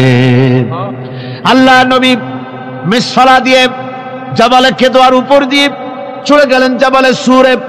গুহার কাছে যখন গিয়েছেন, ফজর রক্ত হয়ে গেল। হযরত আবু বকর রাদিয়াল্লাহু তাআলা আনহু বলছেন, হুজুর আর উপায় নাই, দিন হয়ে গেল, এখন বুঝি ধরা পড়ে যাব, ওই গুহার মধ্যে গিয়ে আশ্রয় নেই। তবে আপনি দাঁড়ান, গুহার ভিতরেই পাহাড়িয়া গুহা, বিচ্ছু থাকতে পারে, সাপ থাকতে পারে, আমি আগে ঢুকি, যদি কোনো হিংস্র প্রাণী থাকে আমার উপর দিয়ে আঘাত হয়ে যাক, আল্লাহর নবী হেফাজতে থাকুন। হযরত আবু বকর রাদিয়াল্লাহু তাআলা আনহু গুহার ভিতরে নামলেন। নেমে গুহা সাফ করে হুজুরকে ডাকলেন। হুজুর তাশরীফ ফরমালেন গুহার মধ্যে। হুজুর বলেন, আবু বকর, হেঁটে হেঁটে কষ্ট হয়ে গেছে, তুমি বসো, তোমার উরুর উপরে মাথা রেখে আমি একটু ঘুমায়ে যাই। আল্লাহর হাবিব ঘুমায় গেলেন। হযরত আবু বকর লক্ষ্য করে দেখেন চতুর্দিকে অনেকগুলি গর্ত দেখা যায়। এই গর্ত থেকে সাপ আসতে পারে, বিচ্ছু আসতে পারে মনে করে নিজের গায়ের চাদর ছিঁড়ে ছিঁড়ে গর্তগুলি বন্ধ করা শুরু করে দিলেন। কয়েকটা গর্ত বন্ধ করার মতো চাদর আর নাই, পাও দিয়ে চেপে ধরলেন। এক পাহাড়িয়া বিষধর সাপ বেরোবার জন্য চেষ্টা করে বেরোবার পথ খুঁজে না পেয়ে হযরত আবু বকরের পায়ের উপরে দংশন করেছে। বিষের যন্ত্রণায় হযরত আবু বকরের চোখ থেকে পানি দরদর করে পড়ছে। রাসূলুল্লাহর ঘুম ভেঙে গেল। আল্লাহর নবী তাকিয়ে বলেন, আবু বকর, চোখে পানি কেন? বাড়ির কথা বুঝি মনে পড়ে গেছে? হযরত আবু বকর বলেন, ইয়া রাসূলুল্লাহ, আল্লাহর নামে কসম করে বলি, যেই দিন আমি ঈমান এনেছি ওই দিন থেকে আমার মা বাপ, আমার কোলে আমার সন্তান, আমার স্ত্রী, আমার জায়গা জমি ঘর বাড়ি, এমনকি আমার নিজের আত্মার চাইতে হুজুর আপনারে ভালোবাসি বেশি। তাহলে কাঁদো কেন? হযরত আবু বকর বলেন, হুজুর বাড়ির জন্য কাঁদি না, ছেলেপেলের জন্য কাঁদি না, সাপে দংশন করেছে, যন্ত্রণায় কাঁদতেছি। আল্লাহ নবী সঙ্গে সঙ্গে মুখ থেকে থুতু বার করে যন্ত্রণার জায়গায় লাগাই দিলেন। সঙ্গে সঙ্গে যন্ত্রণা বন্ধ হয়ে গেল। হুজুর বললেন, আবু বকর, প্রথম যখন তোমার এই আঘাত করেছিল সাপে, আমাকে কেন তাড়াতাড়ি বলো নাই? এতক্ষণ তো তোমার কষ্ট হতো না। হযরত আবু বকর বলেন, ইয়া রাসূলুল্লাহ, ওটা তো সাপে কাটার যন্ত্রণা, ওই যন্ত্রণায় আমার রক্ত জ্বলতেছে, যন্ত্রণায় যন্ত্রণায় আমার কলেজাটা যদি ফেটেও যেত, আল্লাহর হাবিব আরাম ফরমাচ্ছিলেন, আমি তাকে আরামে বিঘ্ন ঘটাতে পারতাম না। আমার ভাইয়েরা, হযরতে আবু বকর, হযরতে রাসূল দুজন বসে আছেন। এমনি সময় কাফের বেঈমানেরা খুঁজতে খুঁজতে জায়গা মতো এসে গেছে। একজনে বলে ভিতরে আছে, আর একজনে বলে নাই। পায়ের যদি থাকবে তাহলে মাকড়সায় জাল বুনালো কি করে? পাখি ডিম পেড়ে বসে আছে কি করে তাদের সন্দেহ হতে লাগলো। এর মধ্যে না একজন বলে আছে আর একজন বলে নাই। হযরত আবু বকর ভয়ের চোটে কেঁদে ফেলেছেন, হুজুর আর উপায় নাই। এই যে অবস্থা, এই অবস্থার ভিতরে, এই অবস্থার ভেতরেও আল্লাহর নবী এতটুকু ঘাবড়ে যান নাই।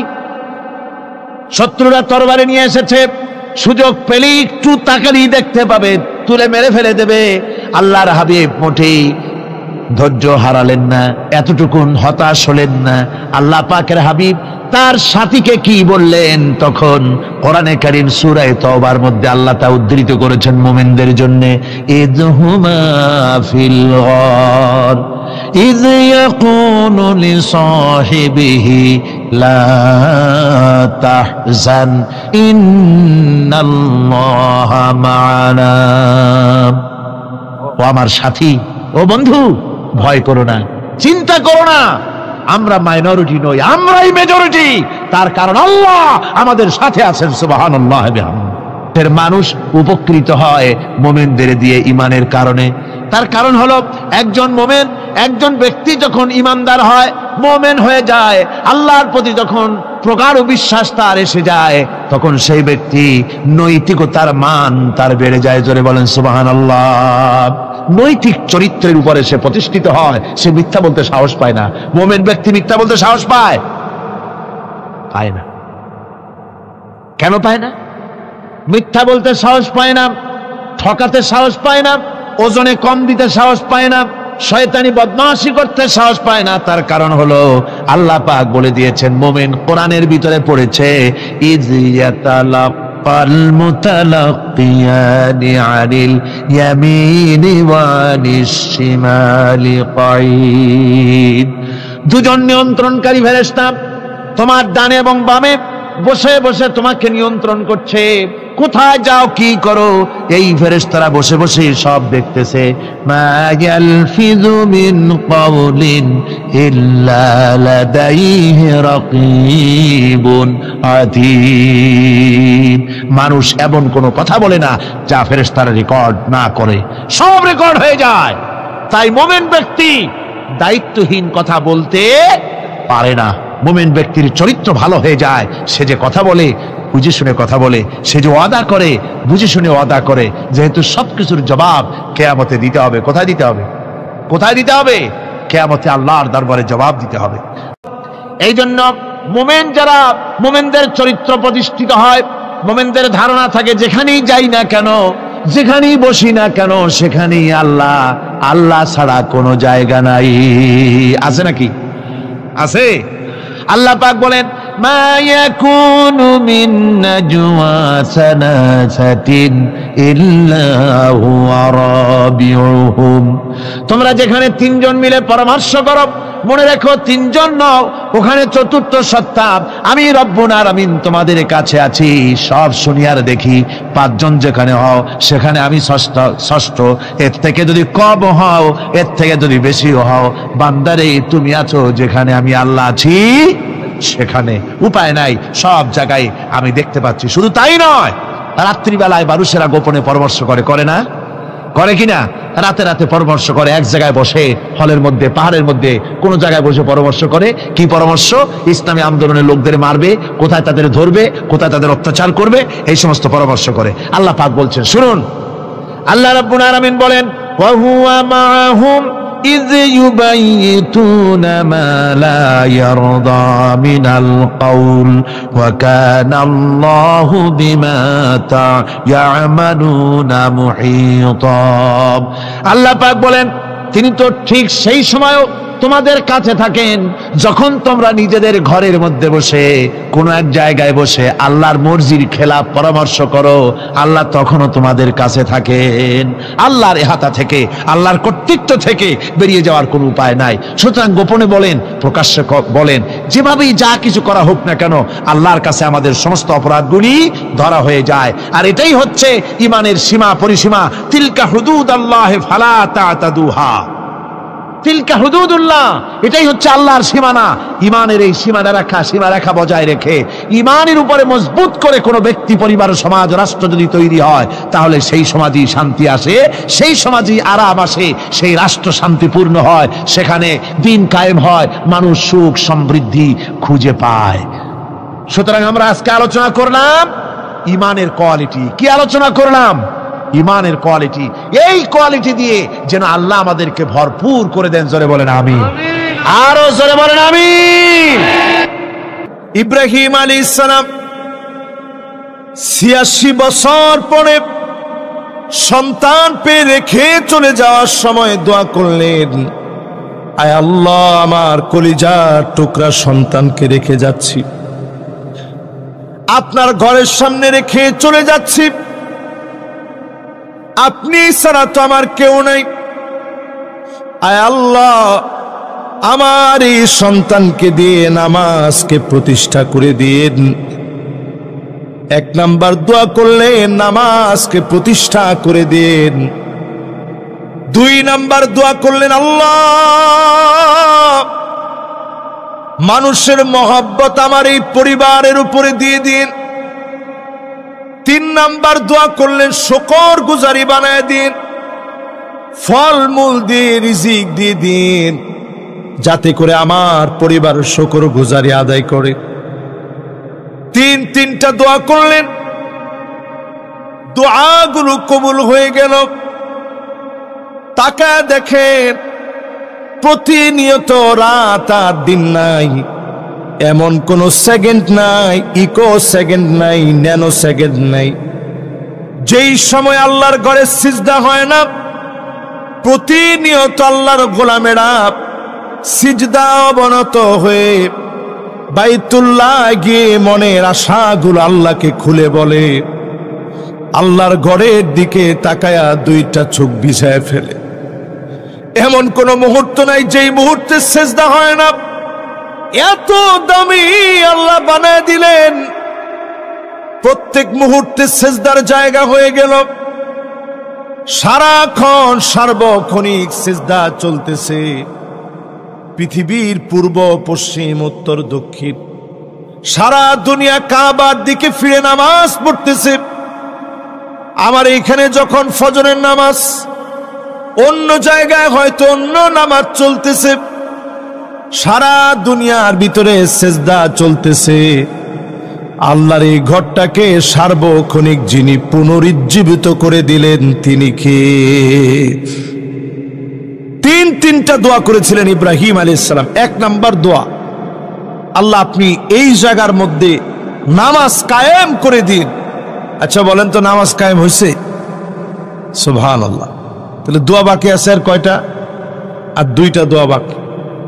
ইব্রাহিম আলাইহিস সালাম 2 নাম্বার দোয়া করলেন, আয় আল্লাহ, আমার পরিবারকে একা একা ফেলে চলে গেলাম, এই পরিবারের সঙ্গে মানুষের মহব্বত দিয়ে দিন।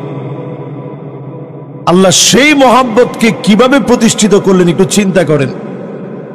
আল্লাহ রাব্বুল আলামিন ইব্রাহিম আলাইহিস সালামের এই পরিবার, সেই পরিবার যখন কাবার চত্বরে আছে, প্রথমে আল্লাহ দিলেন জমজমের পানি।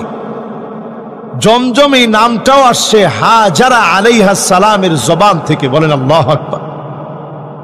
উনি যখন দৌড়াইতেছে পানি পানি বলে, আয়েশা দেখে বাচ্চার পায়ের নিচ থেকে পানি উঠতেছে। উনি ওনার হাত দিয়ে পানি আটকায় বললেন, জমজম, মানে পানি থাম, সামনের দিকে আর যেও না। নবীজি বলেন, যদি ওই দিন হাজারা আলাইহা সালাম জমজম না বলতো, পানি যে কোন পর্যন্ত যেত, আরো প্লাবিত হয়ে যেত। কারণ একজন বান্দি আল্লাহর উপরে এত তাওয়াক্কুল করছে, খোলা মরু প্রান্তের ভিতরে সবাই ভুলে যেতে পারে, আমার আল্লাহ আমাকে ভুলবেন। আল্লাহু আকবার। এই বিশ্বাসটা এত দামি, আমার আল্লাহ আমারে ভুলবে না, আমার আল্লাহ আমারে ঠিকই মনে রাখবে। এই বিশ্বাসটা আল্লাহর উপরে এত দামি, আল্লাহর কাছে এত ভালো লেগে গেছে। আল্লাহ এমন পানির উৎস দিয়েছেন, সেকেন্ডে সেকেন্ডে হাজার হাজার লিটার পানি উত্তোলনের পরে সেকেন্ডে সেকেন্ডে। আপনি চিন্তা করেন, এই যে লিটারকে লিটার পানি উত্তোলন হচ্ছে, আজ অবধি কোনোদিন কোনো খরা দেখা দেয় নাই। হাজার হাজার বছর ধরে পানি উঠতেছে। সায়েন্টিস্টরা এই একটা জায়গায় অবাক হয়ে যায় যে পানির লেয়ারটা আসলে কোথায়, এর গভীরতা কোথায়। তো তারা অবাক হয়ে যায়, এই পানি উঠেছে, একটু লেয়ারটা নিচের দিকে নেমে গেছে, আবার লেয়ারটা পুরা হয়ে গেছে। সুবহানাল্লাহ। এই পানি নিয়ে গবেষণা করে দেখেছে খাদ্যের যে উপাদান, আমিষ বলেন, শর্করা বলেন, প্রোটিন বলেন, ভিটামিন বলেন, সকল রকমের উপাদান আল্লাহ রাব্বুল আলামিন জমজমের পানির ভিতরে দিয়ে রেখেছে। সুবহানাল্লাহ। এটা তাআমু তুমিন। জমজমের পানি খালি পানি না, আমি নিজে সাক্ষী। এখানে অসংখ্য হাজী সাহেবরা আছেন এবং যারা উমরা করছেন এরকম অনেক সাক্ষী আছেন। আমি নিজে একদিন শুধু এটা ট্রাই করার জন্য যে আজও কি জমজমের পানি খেয়ে থাকা যায় কিনা একটু দেখি, শুধু জমজমের পানি খেয়ে লম্বা সময় আমি ছিলাম। আমার পেটে আমি কোনো ক্ষুধা অনুভব করি নাই। আমার কাছে মনে হয়েছে আমি খাবার খেলে যেভাবে আমার ভিতরে একটা ফিটনেস আসে, শারীরিক সক্ষমতা এবং শক্তি তৈরি হয়, জমজমের পানি খাওয়ার পরে আল্লাহ তাআলা এইরকম একটা সক্ষমতা, শারীরিক শক্তি দান করে। বলেন আল্লাহু আকবার। এবং কত রোগের যে উপকার, এটার কোনো শেষ নেই। জমজমের পানি এমন পানি, মা ও জমজম লিমা শুরিবা বিহি। জমজমের পানি আপনি যে জন্য খাবেন, ওই আশা আল্লাহ তাআলা চাইলে পুরা হয়ে যাবে। সুবহানাল্লাহ। তাহলে ইব্রাহিম আলাইহিস সালাম দোয়া করছেন কয়টা? 3 দোয়ার প্রথম দোয়া, আল্লাহ আপনি আমার এই পরিবারকে দিয়ে এই ঘরের ভিতরে নামাজকে কায়েম করে দেন, দোয়া কবুল। 2 নাম্বার দোয়া করছেন মানুষের ভালোবাসা আমার এই পরিবারের প্রতি আল্লাহ আপনি বাড়ায়া দেন। এই দোয়া আল্লাহ কেমনে কবুল করছে আজকের দিন পর্যন্ত একটু হিস্ট্রি গাইটা দেখেন। আমি অবাক হয়ে যাই, যেখানে কোনো মানুষ নাই, ওই পানি পাওয়ার কারণে আরবের একটা গোত্র নাম ছিল জারহুম। বলেন কি নাম? এই জারহুম নামক গোত্র পাশ দিয়ে যাচ্ছিল। এরা মরুভূমিতে ব্যবসা করার জন্য আসছে। তারা দেখতেছে একটা জায়গায় পাখি খুব কিচিরমিচির করতেছে। তাদের বুঝতে আর বাকি নেই, যেই জায়গায় পানি কিচিরমিচির করতেছে মরুভূমিতে, এই জায়গায় আল্লাহ কোনো না কোনো পানির একটা উৎস আল্লাহ তাআলা দিয়ে দিছে। গিয়ে দেখে ঠিকই ফুটফুটে একটা বাচ্চার পাশে আল্লাহ তাআলা একটা প্রস্রবণ জারি করে দিয়ে পানির ব্যবস্থা আল্লাহ তাআলা করে দিয়েছে। সুবহানাল্লাহ। জারহুম গোত্র বলছে যে আমরা কি তোমাদের এখানে একটু থাকতে পারি? তো সেই মুহূর্তে হাজার আলাইহিস সালাম বললেন যে হ্যাঁ, তোমরা থাকতে পারো, তবে এই পানির কোনো ক্ষতি করা যাবে না। আল্লাহ তাআলা ঠিকই তাদেরকে সেখানে রেখে ইসমাঈল আলাইহিস সালাতু ওয়াস সালামকে শুদ্ধ আরবি শিখানোর মধ্য দিয়ে আমার নবী এই বংশ থেকে আসবে, ইসমাঈল আলাইহিস সালামের বংশ থেকে আসবে, এই পরম্পরায় শুদ্ধ আরবি আল্লাহ রাব্বুল আলামিন শিখাই দিলেন। জোরে বলেন আল্লাহু আকবার। চিন্তা করেন আল্লাহর ফয়সালা, এক পানি দিয়ে মানুষের ভালোবাসা আল্লাহ তাআলা এই পরিবারের প্রতি বাড়ায় দিলেন। 2 নাম্বার দোয়া কবুল। বাকি থাকে দোয়া কয়টা? শেষ দোয়া করলেন আল্লাহ আপনি ফলমূল দিয়ে রিজিক দিয়েন। দেখেন ফলমূল দিয়ে কি পরিমাণ রিজিক। বাংলাদেশে আমরা কয়টা ফল দেখছি? আমাদের দেশে, এই দেশের ভিতরে ফলের অভাব নেই, কিন্তু আরব দেশে আপনি গিয়ে দেখেন, যেমন কা কা নামে একটা ফল আছে, টমেটোর মতো দেখতে। কে কে দেখছেন? একজনও নাই? মাশাআল্লাহ, 1 জন 2 জন। মাশাআল্লাহ, কাকা দেখছেন না টমেটোর মতো? যারা উমরায় গেছেন সবাই তো দেখার কথা। এটা আলহামদুলিল্লাহ আরব দেশে খুব চলে। আলহামদুলিল্লাহ অনেকে দেখছে, আমাদের আসিফ ভাই দেখছে, আরো অনেকে দেখছে। তো এই যে একটা ফল, এই ফলটা আমরা বাংলাদেশে তেমন দেখি নেই। শাম্মাম নামে একটা ফল আছে, বাঙ্গির মতো, কিন্তু এটা স্বাদই ভিন্ন রকম। এরপরে সেখানে বিভিন্ন কুম্বাসারা নামে একটা ফল আছে, যেটা আমরা বাংলাদেশে সচরাচর দেখিনি। এরকম অসংখ্য ফল আছে যেগুলো বাংলাদেশে আমি দেখিনি, কিন্তু সেই জায়গাতে আপনি গেলে দেখবেন ফলের কোনো অভাব নেই। ইব্রাহিম আলাইহিস সালাম দোয়া করছে, আল্লাহ আপনি আমার পরিবারে ফলমূল দিয়া রিজিক দিয়েন। আল্লাহু আকবার। পাথর আর পাথর চতুর্দিকে, এখানে ফল আসে কোত্থেকে? আল্লাহ তাআলা সেই যুগ থেকে নিয়ে আজ অবধি ঠিকই তাদেরকে ফলমূল খাইয়ে আল্লাহ তাআলা বাঁচিয়ে রেখেছেন। আল্লাহ তাআলা তাদেরকে ফলমূলের কোনো অভাব দেন নাই। তিনটা দোয়া সব আল্লাহর কাছে কবুল হয়ে গেছে। এই জন্য মসজিদ এমন জায়গা, মসজিদ আল্লাহর এমন ঘর, এই ঘরকে কেন্দ্র করে আপনি যদি ইখলাসের সাথে কাজ করেন, আপনাকে যিনি কবুল করে নেবেন তিনি কে? আলহামদুলিল্লাহ, সুম্মা আলহামদুলিল্লাহ।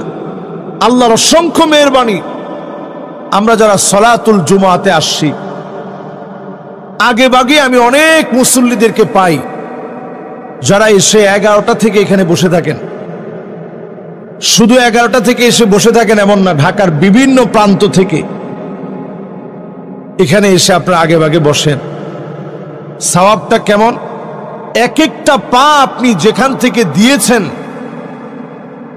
1 বছর এক একটা পায়ের জন্য দাঁড়ায় থেকে তাহাজ্জুদ পড়লে যেমন সওয়াব হবে, দিনের বেলায় রোজা রাখলে, নফল রোজা টানা 1 বছর রাখলে যেমন সওয়াব হবে, এক একটা পায়ের বিনিময়ে সম পরিমাণ সওয়াব বান্দার আমল নামে আল্লাহ উঠায় দিয়েছে। সুবহান। তাহলে চিন্তা করেন মসজিদ কেমন জায়গা। এই জায়গাতে যারা আসে আল্লাহ তাদেরকে এত দামি বানায় দেন। আপনি আস্তে আস্তে আল্লাহর কাছে কত কিছু বলছেন, আল্লাহ আপনি তো আমার মালিক। আস্তে আস্তে মনের ভিতরে কত দোয়া মনের ভিতরে আসছে, আল্লাহ আমার এটা যদি আপনি দিতেন। আমি প্রতিনিয়ত চিন্তা করি, এই যে যারা যারা আসছেন সবার মনের ভিতরে কত দোয়া আছে। ফাহুয়া হাজ্জুহু, নবীজি বলছেন যে যে নিয়ত করে মসজিদে আসে, আসার সময় যে দোয়াগুলো করে আল্লাহ পাক দোয়াগুলা কবুল করে নেয়। সুবহানাল্লাহ। এই জন্য মসজিদে যখনই আমরা আসি, মসজিদে আসছে আল্লাহর ঘরে, মেহমান হয়েছে আমার মালিকের, এই নিয়ত নিয়ে যখন আপনি আসবেন, আপনি আল্লাহর কাছে প্রতিনিয়ত দামি হবেন, প্রতিনিয়ত দামি হবেন, প্রতিনিয়ত দামি হবেন। ওয়াসজুদু ওয়াক্তারিব, এসে যখন সিজদা দিবেন আল্লাহর কাছে এত দামি হয়ে যাবেন। আকরাবু মা ইয়াকুনুল আবদু মির রাব্বিহি ওয়া হুয়া সাজিদুন ফাআকসিরুদ দুআ। আপনি যখন মসজিদের ভিতরে সিজদা অবনত হবেন, আল্লাহর কাছে মন থেকে বলবেন, আয় আল্লাহ আমার এটা লাগবে। নফল নামাজের সময় মনের ভিতরে ভিতরে বলবেন, মুখে বলা লাগবে না, অন্তরের ভিতরে আসতে দেরি হবে। যিনি কবুল করতে দেরি করবেন না তিনি কে? সম্মানিত প্রাণপ্রিয় মুসল্লিয়ান কিরাম, যারা আমার সামনে এই মুহূর্তে বসছেন, আমাদের কি কি দোয়া আছে জীবনে, আর রাসূলের জীবনে কি কি দোয়া ছিল। জীবনে কোনোদিন আল্লাহর কাছে অভিযোগ করে নাই যে আল্লাহ আপনি আমারে ভালো খাওয়ান নাই কেন। পছন্দের খানার ভিতরে ছিল সারিদ। মিশরে যখন পড়তাম, 2 ঈদের সময় সারিদ নামক খানাটা দিত। এই খানাটা পাওয়ার পরে মনটা এত খুশি হয়ে যেত যে আমার রাসূলের প্রিয় খানা। আমি সেই দিন বাবুর্চিকে বলে একটু বেশি করে নিয়ে আসতাম, ফ্রিজে রেখে অনেক দিন ধরে খেতাম, আর মনে মনে চিন্তা করতাম আমার রাসূলের প্রিয় খানা সারিদ নামক খানা। রাসূল খুব অল্প সময় খেতে পারছেন। তাহলে এবার আপনি একটু হিসাব মিলায় দেখেন সারিদ কোন খানাকে বলে। হালকা একটু ভাত থাকবে, সাথে রুটি থাকবে, সাথে গোস্তের ঝোল থাকবে, একটু গোস্ত থাকবে। এরকম খানা আমরা আমাদের জীবনে খাই কিনা? খাই না? যারা একটু আলহামদুলিল্লাহ, যারা আলহামদুলিল্লাহ শৌখিন মানুষ, একটু যাদের অর্থ আছে, রুটিও রাখে মেহমানদের জন্য, সাথে গরুর গোস্ত, মুরগির গোস্ত, খাসির গোস্ত, 10 আইটেমের মাছ। বাংলাদেশের যে মেহমানদারি, এই মেহমানদারির তো কোনো জুড়ি হয় না সারা ওয়ার্ল্ডের সাথে। আপনি ওয়ার্ল্ডের যেখানে যাবেন, মেহমানদারি এক পদ দিয়ে। যদি গোস্ত হয় শুধু গোস্ত, মুরগি হলে শুধু মুরগি, কিন্তু আমাদের দেশে মেহমানদারির মধ্যে কত আইটেম থাকে একটু চিন্তা করেন। গরিব হইলেও মানুষ কত আইটেম নিয়ে বসে, ডাল থাকে, মাছ থাকে, সবজি থাকে। হয়তো গরুর গোশত সবাই খেতে পারে না, কিন্তু আইটেম তো অনেকগুলা। এবার চিন্তা করেন আমার রসুলের খাবারটা কেমন ছিল। এরকম খানা খুব অল্প আমার রসুল খেয়েছেন। আল্লাহর নবী আমার প্রায় সময় খাবার খেয়েছেন। কয়েকটা খেজুর খেয়ে নবী আল্লাহর শুকর গুজারি আদায় করেছেন। ফজরের নামাজ পড়তে আসতেন, নামাজ থেকে ফিরে গিয়ে নবীজি বলতেন, প্রাণের স্ত্রীরা কোনো খাবার কি আছে? প্রায় সময় জবাব আসতো, নবী ঘরের ভিতরে কোনো খাবার নাই। আল্লাহর নবী বলতেন, যাও রোজা রেখে ফেললাম, ক্ষুধা পেটে এক ডোক পানি সারিতে খেতে পারে নাই। আল্লাহর নবী না খেয়ে রোজা রেখে ফেলতেন। এরপরও একটা বারের জন্য আল্লাহকে বলেন, হে আল্লাহ, জীবনে এত কষ্ট কেন দিলেন? ক্ষুধার কষ্ট আমি কেন করব? একবারের জন্য বলে নাই। হাদিসের ভিতরে আসছে, নবীজির মনটা যদি শুধু চাইতো, লাসরাল উহুদ যাহাবা, যেই উহুদ পাহাড়টা আপনি আমি দেখি, মুখে বলা লাগতো না, শুধু যদি নবীজির মনে হতো এই উহুদ পাহাড়টা যদি স্বর্ণ হয়ে যেত, মনের ভিতরে চাইতে দেরি হতো, মুহূর্তের ভিতরে উহুদ পাহাড়টা স্বর্ণ বানায়া নবীজিকে যিনি হাদিয়া দিয়ে দিতেন তিনি কে? আজকে আরব এত সুখে আছে, নবীজির সবরের কারণে আরব আজকে এত সুখে আছে। এই যে কয়দিন পরে পরে খনি পাইতেছে, এগুলা সব নবীজির চোখের পানি আর সবরের ফসল।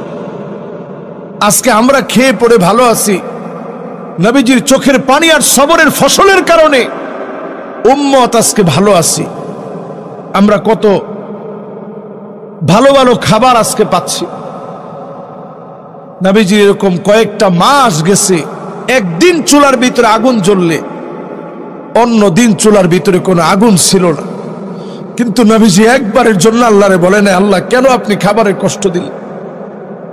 একবারের জন্য অভিযোগ নাই।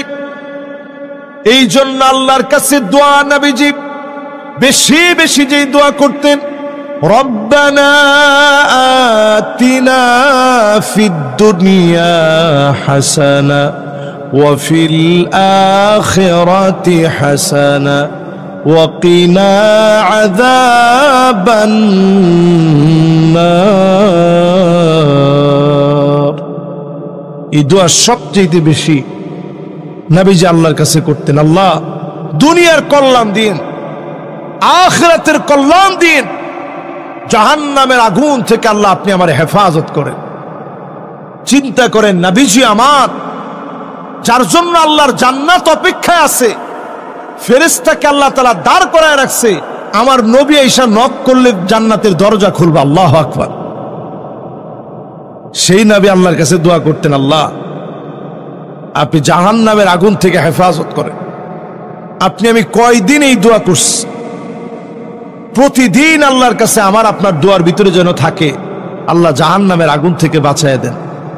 পোশাকটা পরার সময় আরবিতে না পারেন, বাংলাই বলেন, আল্লাহ আপনি আমার পোশাকটা পরাইছেন, আমি তো এই পোশাকের মালিক না, আমার কোনো ব্যক্তিত্বের কারণে আমি পোশাক পরতে পারি না, আল্লাহ আপনি আমারে পরাইছেন, আমার টাকা আছে বিদায় আমি পড়তে পারছি এমন না, আল্লাহ আপনি পড়াইছেন।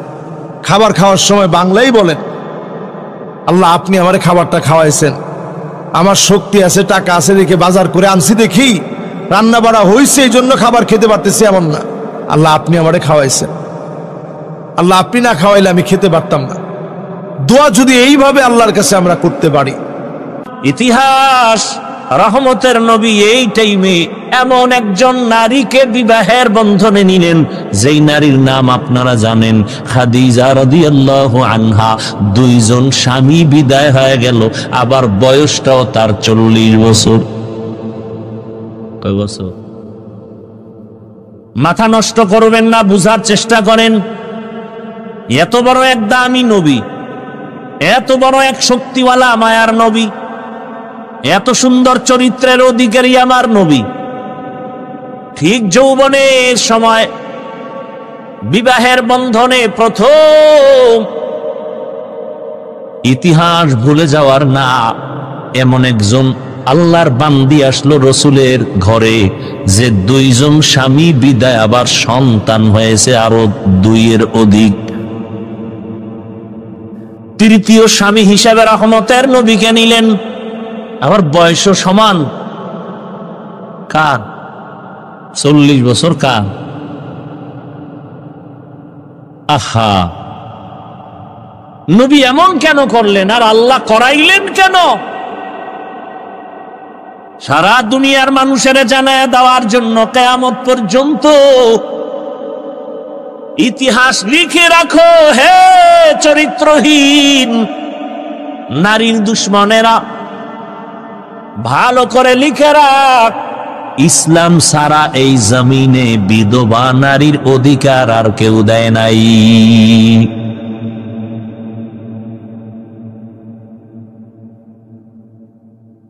প্রত্যেকটা সাইড। এরপরে আসেন এই খাদিজা রাদিয়াল্লাহু আনহার ঘর থেকে রাসূলের সন্তান আসলো। 4 কন্যা সন্তান। কয়টা? 4 কন্যা। ছেলে যদিও আর সে অল্প বয়সে আল্লাহ নিয়ে নিছেন, একটা ছেলেও জমিনে আর জিন্দা নাই।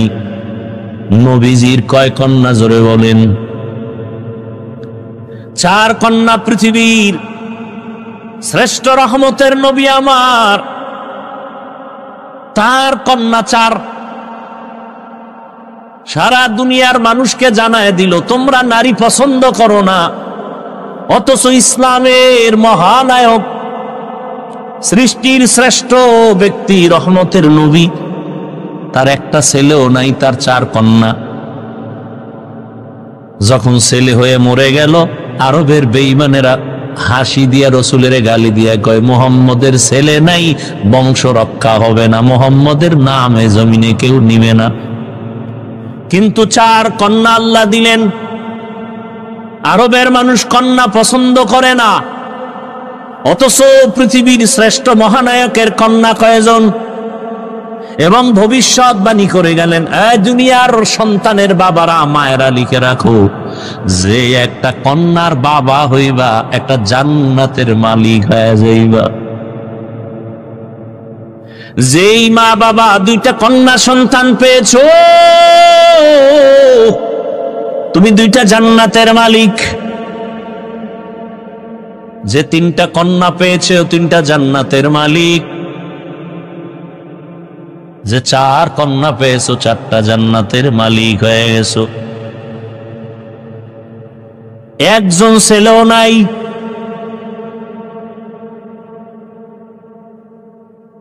আমি যদি শুধু নারীর সম্মান নিয়ে বয়ান চালাই, সারা রাত চলে যাবে। এরপরেও যারা নারীর সম্মান ভিন্ন দিকে খোঁজার চেষ্টা করে, এটা আমি বলবো চেষ্টা না, এটা হলো অপচেষ্টা। কি চেষ্টা? অপচেষ্টা।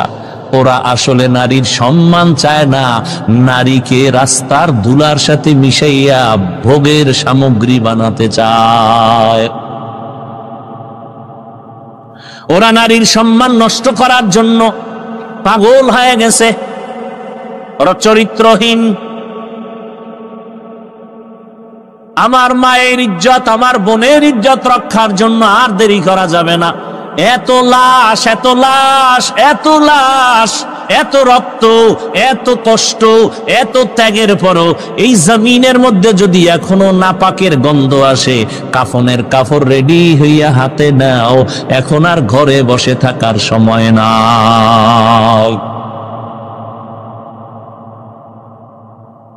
এদের চিহ্নিত করে না, এরা সমাজের দুশ্মন, স্বাধীনতার দুশ্মন, ইসলামের দুশ্মন, নারীর দুশ্মন।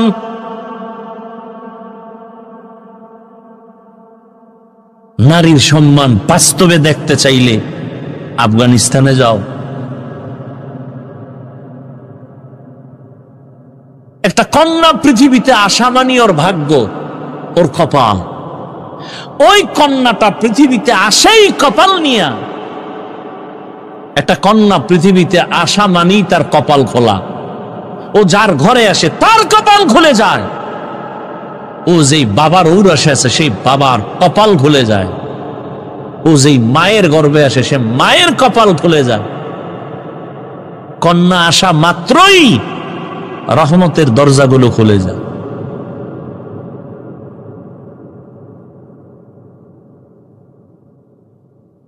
এই জন্য না প্রবাদ আছে না, প্রবাদ, সংসার ধন্য হয় রমণীর গুণে, সংসার ধ্বংস হয় নারীর কারণে। ইসলাম ছাড়া নারীর সম্মান অধিকার কেউ দিতে পারে নাই।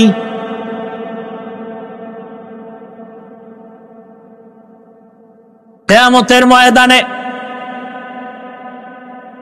আল্লাহ যদি কোটি কোটি কোটি কোটি মানুষের সামনে, মানুষ থাকবে হাসরের ময়দানে উলঙ্গ, নারী পুরুষ সব কি? এই যে আপনারা একটা মাঠে বসে আছেন, জমিন, পুরা জমিনটাই হবে কিয়ামতের মাঠ।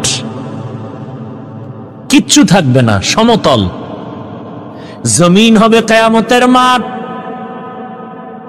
সিরিয়ার জমিন বা আরাফাতের ময়দান হবে আল্লাহর বিচারালয়, আদালত স্টেজ হবে আরাফাতের ময়দান। আল্লাহ যদি জিজ্ঞাসা করেন কিয়ামতের মাঠে, কোটি কোটি কোটি কোটি মানুষ, নবীরাও থাকবে, মুমিনেরাও থাকবে, বেঈমানেরাও থাকবে, আবু জাহাল থাকবে, ও ফেরাউন, সবাই থাকবে। ওই সময় যদি আল্লাহ জিজ্ঞাসা করেন আমার দ্বীনকে জিন্দা রাখার জন্য আমার কলিজার নবী রহমতুল্লিল আলামিনের হাতে প্রথমে কালেমা কে পড়েছো, দাঁড়াও, আমি আল্লাহ আজ হাসরের কঠিন সময় আমি নিজের হাতে তাকে পুরস্কার দিব। কথাগুলো মনে রাখেন। সেদিন একমাত্র আল্লাহর এই আওয়াজে লাব্বাইক বলার অধিকার সরমনার হিসেবেও পাবে না, মুসা নবী পাবেন না। একজন নারী দাঁড়ায় যাবেন, কোন পুরুষ দাঁড়াতে পারবে না। তোমার পুরস্কারটা নেওয়ার জন্য আজকে আমি উপযুক্ত ব্যক্তি। আমি একজন পুরুষ না একজন নারী, রহমতের নবীর হাতে প্রথম কালেমা পড়েছি, আমার নাম খাদিজা রাদিয়াল্লাহু আনহা। আমরা হুজুরেরা নারীর অসম্মান চাই, এটা কিভাবে বুঝাবো বলেন তো? আসলে যার চোখের চশমার আয়না কালো, তাকে কেমনে বুঝাবো বাতি সাদা? ও তো বলে জমিন বাতি সব কালো। যার নাকের ঘ্রাণ শক্তি দুর্বল, ওর কাছে পায়খানা আর আতর সমান।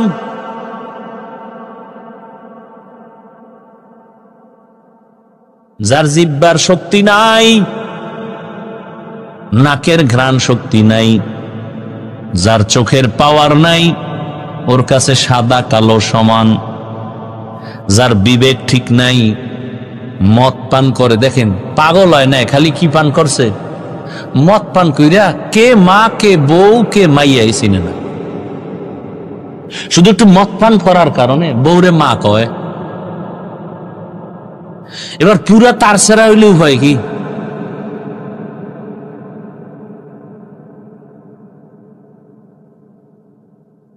তাহলে যাদের দেমাগ পুরো নষ্ট, একে কেমনে বুঝাবো?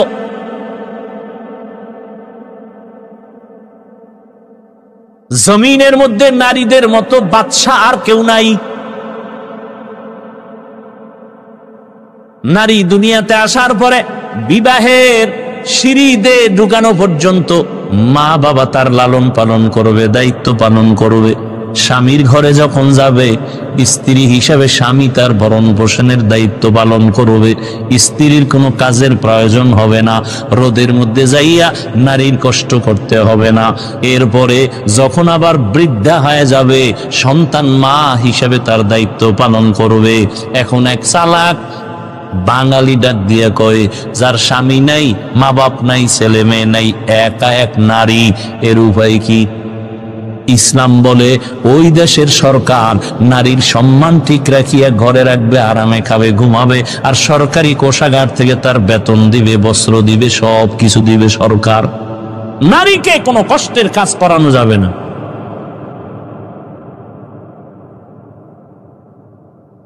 কিন্তু দুনিয়া সব উল্টা পাল্টা হয়ে গেছে, কিয়ামত তো হতে হবে। এই জন্য মুমিনের উপরে বিপদ। আপনি ঈমান নিয়ে চলবেন না, কোনো বিপদই নাই। আর ঈমান নিয়ে বাঁচতে চাইলে বিপদ আর বিপদ, চারদিকে বিপদ। চোখের বিপদ, হাতের বিপদ, খাইতে যাবেন বিপদ, গাড়িতে উঠবেন বিপদ। আজকে কত মা ধর্ষিতা হয়,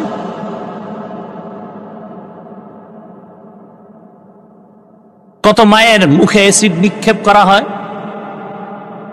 নারী কেন বেতনের জন্য রাস্তায় স্লোগান দিতে হবে? মা বোন কেন রোদ্রে কষ্ট করে ইট ভাঙতে হবে? ইসলাম দিয়ে যদি সমাজ পরিচালনা হতো, এ জমিনে বাদশার হালাতে জীবন যাপন করত প্রথম সারিতে মা বোনেরা।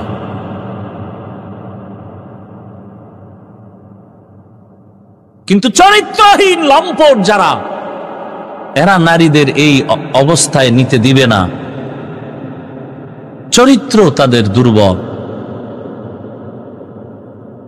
রহমতের নবী আসলেন জমিনে মক্কা নগরীতে। নারীদের সম্মান পয়েন্টে পয়েন্টে আল্লাহ পাক নবীর মাধ্যমে স্থির করে দিলেন। বাবায় মরে যাবে, সম্পদ ভাগ করে ছেলে যা পাবে তার অর্ধেক নারী পাবে। এই জায়গায় যাইয়া মাথা গরম বানায় নিস। ছেলে যে পাইল এর অর্ধেক পাবে নারী, এই নারী যে অর্ধেক পাইয়াও অনেক বেশি পাইছে ছেলের থেকে, এটা বুঝার মেধাই নেই। মাথা গরম হয়ে গেছে।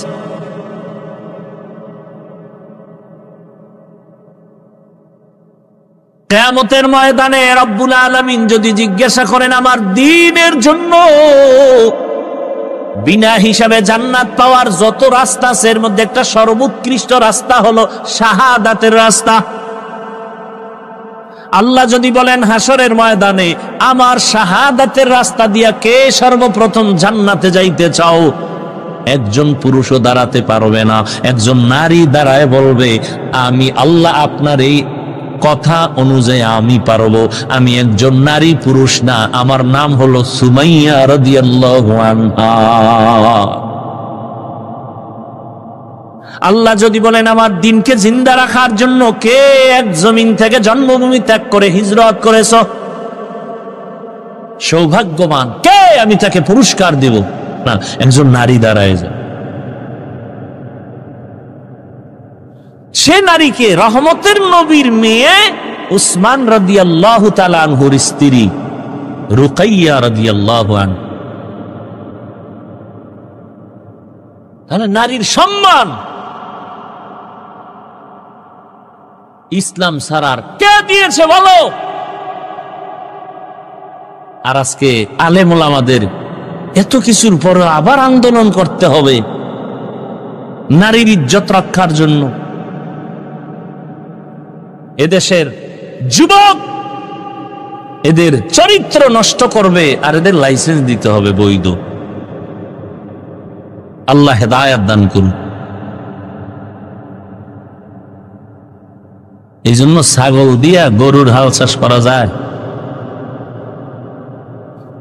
হায় হায় হায়, দেখেন না, কথা বলতেই দিবে না। এই যে কথাগুলো বললাম, কিছু বুঝ আসছে না? এখন যদি আমাকে এই কথাগুলো বলতে না দেওয়া হয় তাহলে আপনি বুঝবেন কিভাবে? তাহলে যারা বুঝে এরা বলতে দেয় না, বন্ধ করে রাখে।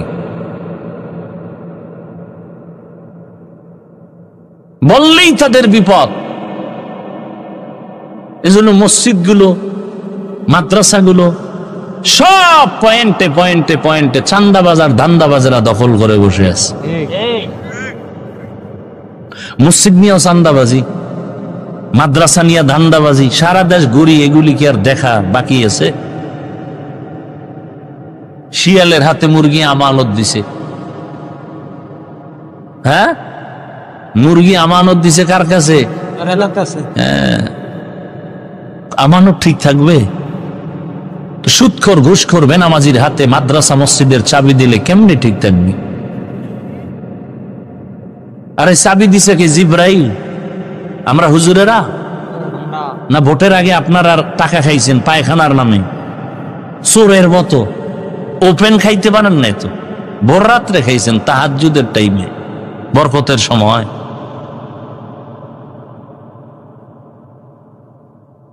এই হলো চরিত্র, এই হলো আখলাক।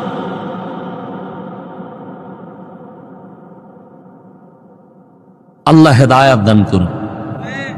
ওয়ামা আরসালনাকা ইল্লা রাহমাতাল লিল আলামিন, হে নবী আমি আপনাকে জগৎ সমূহের রহমত করে পাঠাইলাম।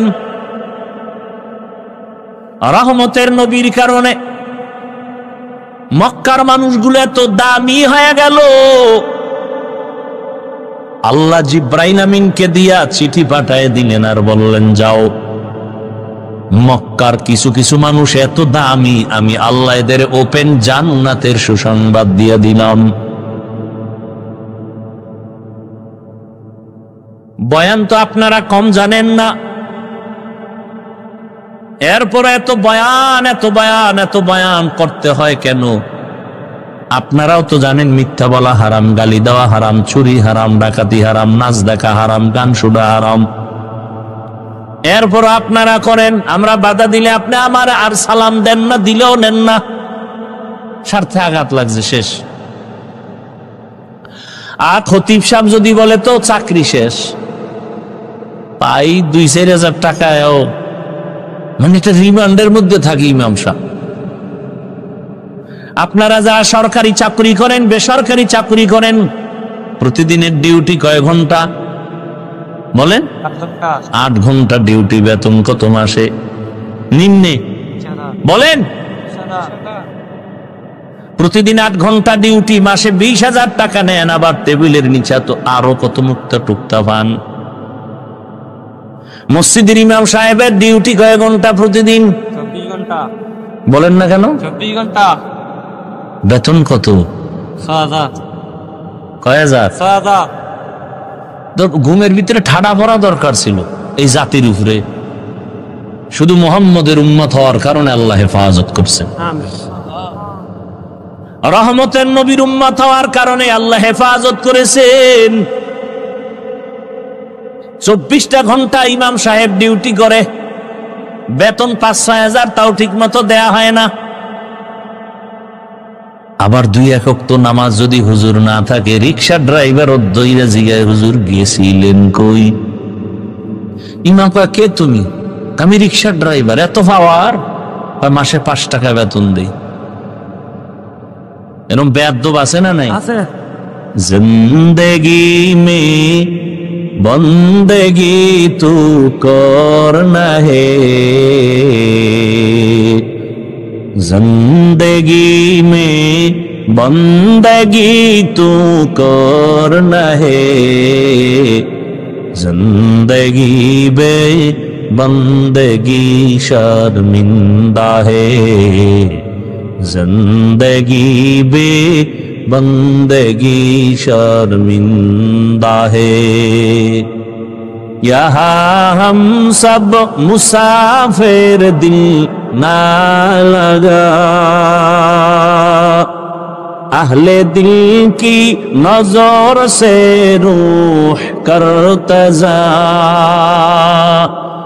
शाह दौलत सब फकीर गर नेक ने है, शाह दौलत सब फकीर गर नेक ने है, जिंदगी में बंदगी तो करना है, जिंदगी बे बंदगी शर्मिंदा है, जिंदगी बे बंदगी शर्मिंदा है। এর এলাকার বাবারা, বৃদ্ধ বাবাজি, যুবক, পর্দার আড়ালের মা বোনেরা, এ জমিনে যত ভালো ভালো সন্তান আছে সব খবর নিয়ে দেখবেন মায়ের কারণে ভালো। গাছ ভালো হলে ফল ভালো, মা যদি ভালো হয় সন্তান ভালো। দুনিয়াতে যত ভালো সন্তান দেখেন, খোঁজ নিয়ে দেখবেন তার মায়ের আদর্শ ভালো হওয়ার কারণে সন্তানের আদর্শ ভালো। এসপি সাহেবের ব্যবহার ভালো, খোঁজ নিয়ে দেখবেন তার মায়ের আদর্শের কারণে। ডিসি সাহেবের ব্যবহার ভালো, মায়ের কারণেই হয়েছে। এ জমিনে বড় বড় দামি সন্তান আসছে শুধু মায়ের চরিত্র ভালো হওয়ার কারণে। খাজা মঈনুদ্দিন চিশতি আজমিরি রহমাতুল্লাহ আলাই মদিনাতুল মুনাওয়ারা থেকে ভারতের জমিনে আসছেন কালেমার দাওয়াত দেওয়ার জন্য। লক্ষ লক্ষ বিধর্মী তার হাতে কালেমা পড়েছে। মায়ের কাছে আনন্দ প্রকাশ করে, মা বলে তোমার কোনো অবদান নাই, সব আমি মায়ের অবদান। খাজা মঈনুদ্দিন চিশতি আজমিরি রহমাতুল্লাহ আলাই বলেন, মা তোমার অবদান কি? মা বলে, বাবা আল্লাহর জাতের কসম, তুই আমার গর্বে যখন আসছো আমি মা ঘুমাই না, আল্লাহর দরবারে কান্না করতাম, দোয়া করতাম, হে মালিক আমার গর্বের সন্তানটাকে তোমার ওলি হিসাবে দুনিয়ায় পাঠাইও। তুই দুনিয়াতে আসার পর আমি মা তোকে যতদিন দুগ্ধ পান করাইছি, আল্লাহর কসম রে মঈনুদ্দিন, আমি মা এক ফোঁটা দুধও তোর মুখে বিনা অজুতে দেই নাই। এরে আল্লাহর বান্দারা, আজকে বয়ান শুনেন, কানে ঢুকে না কেন? কানের ভেতরে তো নাপাক ঢুকায় রাখছেন। রহমতের নবীর আদর্শ ছিল দুনিয়াতে বাচ্চা আসার পরে ডান কানে আজান দাও, বাম কানে ইকামত। কয়জন বাবা বুকে হাত দিয়ে বলতে পারবে আমার সন্তান দুনিয়াতে আসার পরে আসা মাত্র আমি ডান কানে আরবি আজানের আওয়াজ দিছি, বাম কানে ইকামতের আওয়াজ দিছি। সন্তান আসা মাত্রই হসপিটালে, খালি হসপিটালে দৌড়ায়, মসজিদ বাদ দিয়া। চিন্তা করে, মসজিদে যায় না, কই যায়? হসপিটালে যায়, পরীক্ষা করে, কয়দিন আর বাকি, সব কিছু টাকার বাহাদুরি করতে করতে এবার হসপিটালে যাইতে যাইতে সিজারে যখন বাচ্চাটা প্রসব হলো, ওখানে আজান আর ইকামত দেওয়ার মতো কোনো সিস্টেমই নেই। আছে হসপিটালে আলাদা মুয়াজ্জিন আছে, জাতি জানেই না যেটা লাগে। যেই সন্তানের খানে আজান আর ইকামত আছে, ওকে বেঈমান বানানো যাবে না, মুরতাদ বানানো যাবে না। খাজা মঈনুদ্দিনের মা ডাক দিয়ে কয়, বাবা তোকে আমি যতদিন দুগ্ধ পান করাইছি এক ফোঁটা দুধও বিনা অজুতে তোর মুখে দেই নাই। এমন মায়ের সন্তান জগৎ বিখ্যাত কেন হবে না? এজন্য এখনো সময় আছে, তওবা করেন। কয়দিন আর বাহাদুরি করবেন? যারা ভালো চরিত্রবান হইয়া দুনিয়া থেকে চলে গেল, মানুষ তাদের এখনো স্মরণ করে, আর যাদের চরিত্র খারাপ এদের নাম কেউ মহব্বতে নেয় না।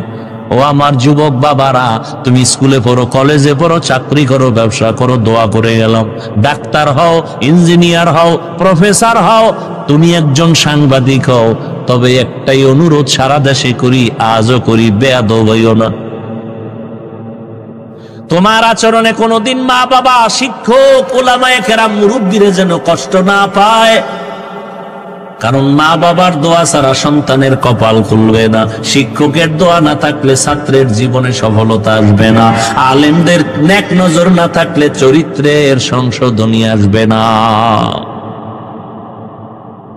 আল্লাহর কাছে তওবা করো। তুমি ডাক্তার, ইঞ্জিনিয়ার যাই হও না কেন, তোমার মতো কত যুবক স্কুলে পড়ে, কলেজে পড়ে, চাকরি করে, ব্যবসা করে, ডাক্তার, প্রফেসর, ইঞ্জিনিয়ার, 5 ওয়াক্ত নামাজি, দাড়িওয়ালা, সত্য বলো আসেনি। আর কোনো অজের দরকার নাই। এই কথাটা নিজের বিবেককে প্রশ্ন করো। তোমার মতো যুবক যদি স্কুলে পড়িয়া নামাজ পড়ে, তুমি কেন পারবা না? তোমার মতো যুবক যদি র্যাব, আর্মি, পুলিশ, বিডিআরের চাকরি করে যদি নামাজি হয়, তুমি পারবা না কেন? তোমার মতো যুবক যদি ডাক্তার, প্রফেসর, ইঞ্জিনিয়ারিং হইয়াও নামাজ পড়ে, তুমি পারো না কেন? তোমার মতো যুবক রাস্তায় গাড়ি চালায়, কৃষি কাজ করে, নদীর মধ্যে মাছ ধরে, নামাজ পড়ে, তুমি কেন পারবা না? এখনো সময় আছে, তওবা করে নাও। পর্দার আড়ালের মা বোনেরা, আপনার মতো কত মা কত বোন এখনো আছে পর্দা রক্ষা করে চলে, স্বামীর মাল হেফাজত করে, মোবাইলে সময় নষ্ট করে না, 5 বেলার নামাজও আদায় করে। এরে আম্মা জান, আপনারা কেন পারবেন না? এখনো সময় আছে, তওবা করে নেন, জীবনটাকে ধন্য করে একটা ভালো সন্তানের মা হইয়া কবরে যাবেন। আপনার জীবনটা দুনিয়ায় ধন্য, আখিরাতেও ধন্য। এরে মুরব্বীরা, আপনার মতো কত বুড়ারা মসজিদে গিয়া নামাজ আদায় করে, আপনারা কেন পারবেন না? আল্লাহর কাছে তওবা করেন, মরিয়া গেল আর গুনাহ করবেন না। ও যুবকরা, তওবা করে নাও, আর নামাজ ছাড়বা না, বেপরদায় চলবা না, মা বাবারে কষ্ট দিবা না, শিক্ষকের দোয়া নিয়া, ওলামায়ে কেরামের পরামর্শ নিয়ে নবীর আদর্শে চলবো। আল্লাহ পাক সবাইকে খাঁটি তওবাওয়ালা জিন্দেগি দান করেন, আমিন। আলহামদুলিল্লাহি রাব্বিল আলামিন, ওয়াসসালাতু ওয়াসসালামু আলা সাইয়্যিদিল আমবিয়া ওয়াল মুরসালিন ওয়া আলা আলিহি ওয়া আসহাবিহি আজমাইন। ইয়া আরহামার রাহিমিন, ইয়া আরহামার রাহিমিন, ইয়া আরহামার রাহিমিন, রব্বিরহামহুমা কামা রাব্বায়ানি সগীরা। আল্লাহুম্মা ইন্নাকা আফুউন কারীম তুহিব্বুল আফওয়া ফা'ফু আন্না। আল্লাহুম্মা ইন্না নাসআলুকা রিযাকা ওয়াল জান্নাহ ওয়া নাউযু বিকা মিন সাখাতিকা ওয়ান নার। আল্লাহুম্মা ইন্না নাউযু বিকা মিনাল বারাসি ওয়াল জুনুনি ওয়াল জুযামি ওয়া সাইয়্যিল আসকাম। ইন্নাল্লাহা ইয়ারযুকু মান ইয়াশাউ বিগাইরি হিসাব। আল্লাহুম্মা আরহামনি বিতারকিল মাআসি। আল্লাহুম্মা আরহামনি বিতারকিল মাআসি। আল্লাহুম্মা আরহামনি বিতারকিল মাআসি। ও দয়ার মালিক, আমরা গুনার বোঝা নিয়ে আপনার দরওয়াজায় হাজির। ওলামায়ে কেরাম আলোচনা করেছেন, আপনার বান্দারাও শুনছেন, মা বোনেরাও শুনেছেন। ভুল ত্রুটি ক্ষমা করে দেন, মাহফিল আপনি কবুল করে নেন, এলাকাবাসীকে কবুল করে নেন, মাদ্রাসা কবুল করে নেন, মা বোনদের আবেদা বানায় দেন, পর্দানিশী বানায় দেন, সন্তানগুলো নেককার বানায় দেন। যারা লেখাপড়া করে পরীক্ষার্থী নিয়ে বিধান করেন। আয় আল্লাহ, সারা দুনিয়ায় শান্তি দান করেন। আল্লাহ, ফিলিস্তিনের মুসলমান, ভারতের মুসলমান সহ সমস্ত মুসলমানদের হেফাজত করেন, জালেমদেরকে হেদায়াত দান করেন। আয় আল্লাহ, জুলুম থেকে মুসলমানদের হেফাজত করেন। আয় আল্লাহ, কুদরতের ফয়সালা, জালেমদের ধ্বংস করে দেন। আল্লাহ, বাংলাদেশ শান্তির দেশ বানায় দেন। আয় আল্লাহ, জুলুম থেকে দেশ ও জাতিকে হেফাজত করেন। আয় আল্লাহ, সমাজে প্রত্যেকটা মানুষকে আদর্শবান বানায় দেন। আয় আল্লাহ, আমার কলিজার যুবকদের দিনের খাদেম বানায় দেন। মোবাইলের গুনাহ থেকে হেফাজত করেন, 5 ওয়াক্ত নামাজি বানায় দেন। মাদ্রাসা মসজিদ কবুল করে নেন, অন্যান্য শিক্ষা প্রতিষ্ঠান নবীর আদর্শে কবুল করে নেন। আয় আল্লাহ, ঘরে ঘরে সুন্নতের আমল চালু করে দেন। নবীজির রওজা বাইতুল্লাহ জিয়ারতের জন্য কবুল করে নেন। আয় আল্লাহ, চলার পথে হেফাজত করেন, বাতিলের মোকাবেলায় বিজয় দান করেন, ঈমান ও আমলের শক্তি বাড়ায় দেন, উলামায়ে আহলে হকের বিজয় দান করেন। আয় আল্লাহ, বাতিলকে বাতিলের দ্বারা দমন করে দেন। উলামা তোলাবা উম্মতের অন্তরে ইজ্জত মোহাব্বত রব বাড়ায় দেন।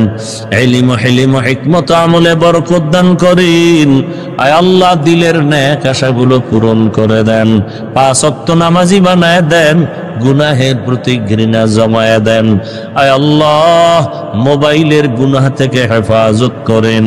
আয় আল্লাহ, দিলের নেক আশা পূরণ করে দেন। আওয়াজে কথায় রুহানিয়াতে স্পষ্টতা বাড়ায় দেন। সারা দুনিয়ায় খেদমতের জন্য কবুল করে নেন। আয় আল্লাহ, বরকতি রিজিক দান করেন, মুখালেফের মুআফিক বানায় দেন। আয় আল্লাহ, জাহিরি বাতিনি দুশমনের মোকাবেলায় কুদরতের দ্বারা বিজয় দান করেন। জান মাল আহাল পরিবার হেফাজত করেন। চলার পথে হেফাজতের ব্যবস্থা করে দেন। আয় আল্লাহ, দ্বীনের খেদমতে যারা অর্থ সময় ব্যয় করে সবাইকে কবুল করে নেন, আপনার খাস ওলিদের বন্ধু বানায় দেন। আয় আল্লাহ, নবীর আদর্শ ঘরে ঘরে চালু করে দেন। মা বোনদের মেহেরবানি করে আপনি কবুল করে নেন। আয় আল্লাহ, প্রত্যেকটা সন্তানকে মা বাবার বাধ্যগত বানায় দেন, ছাত্রদের শিক্ষকের বাধ্যগত বানায় দেন। আয় আল্লাহ, নবীজির মোহাব্বতে আমাদের দোয়া কবুল করে নেন। আমাদের মা বাবা মুরব্বী যারা দুনিয়ায় নাই, মেহেরবানি করে সবার কবর জান্নাত বানায় দেন। যারা বেঁচে আছেন হায়াত বাড়ায় দেন। আয় আল্লাহ, চরিত্রহীন যারা তাদের চক্রান্ত থেকে মা বোনদের হেফাজত করেন, যুব সমাজকে হেফাজত করেন। আয় আল্লাহ, মেহেরবানি করে নবীজির মোহাব্বতে আমাদের দোয়া কবুল করে নেন।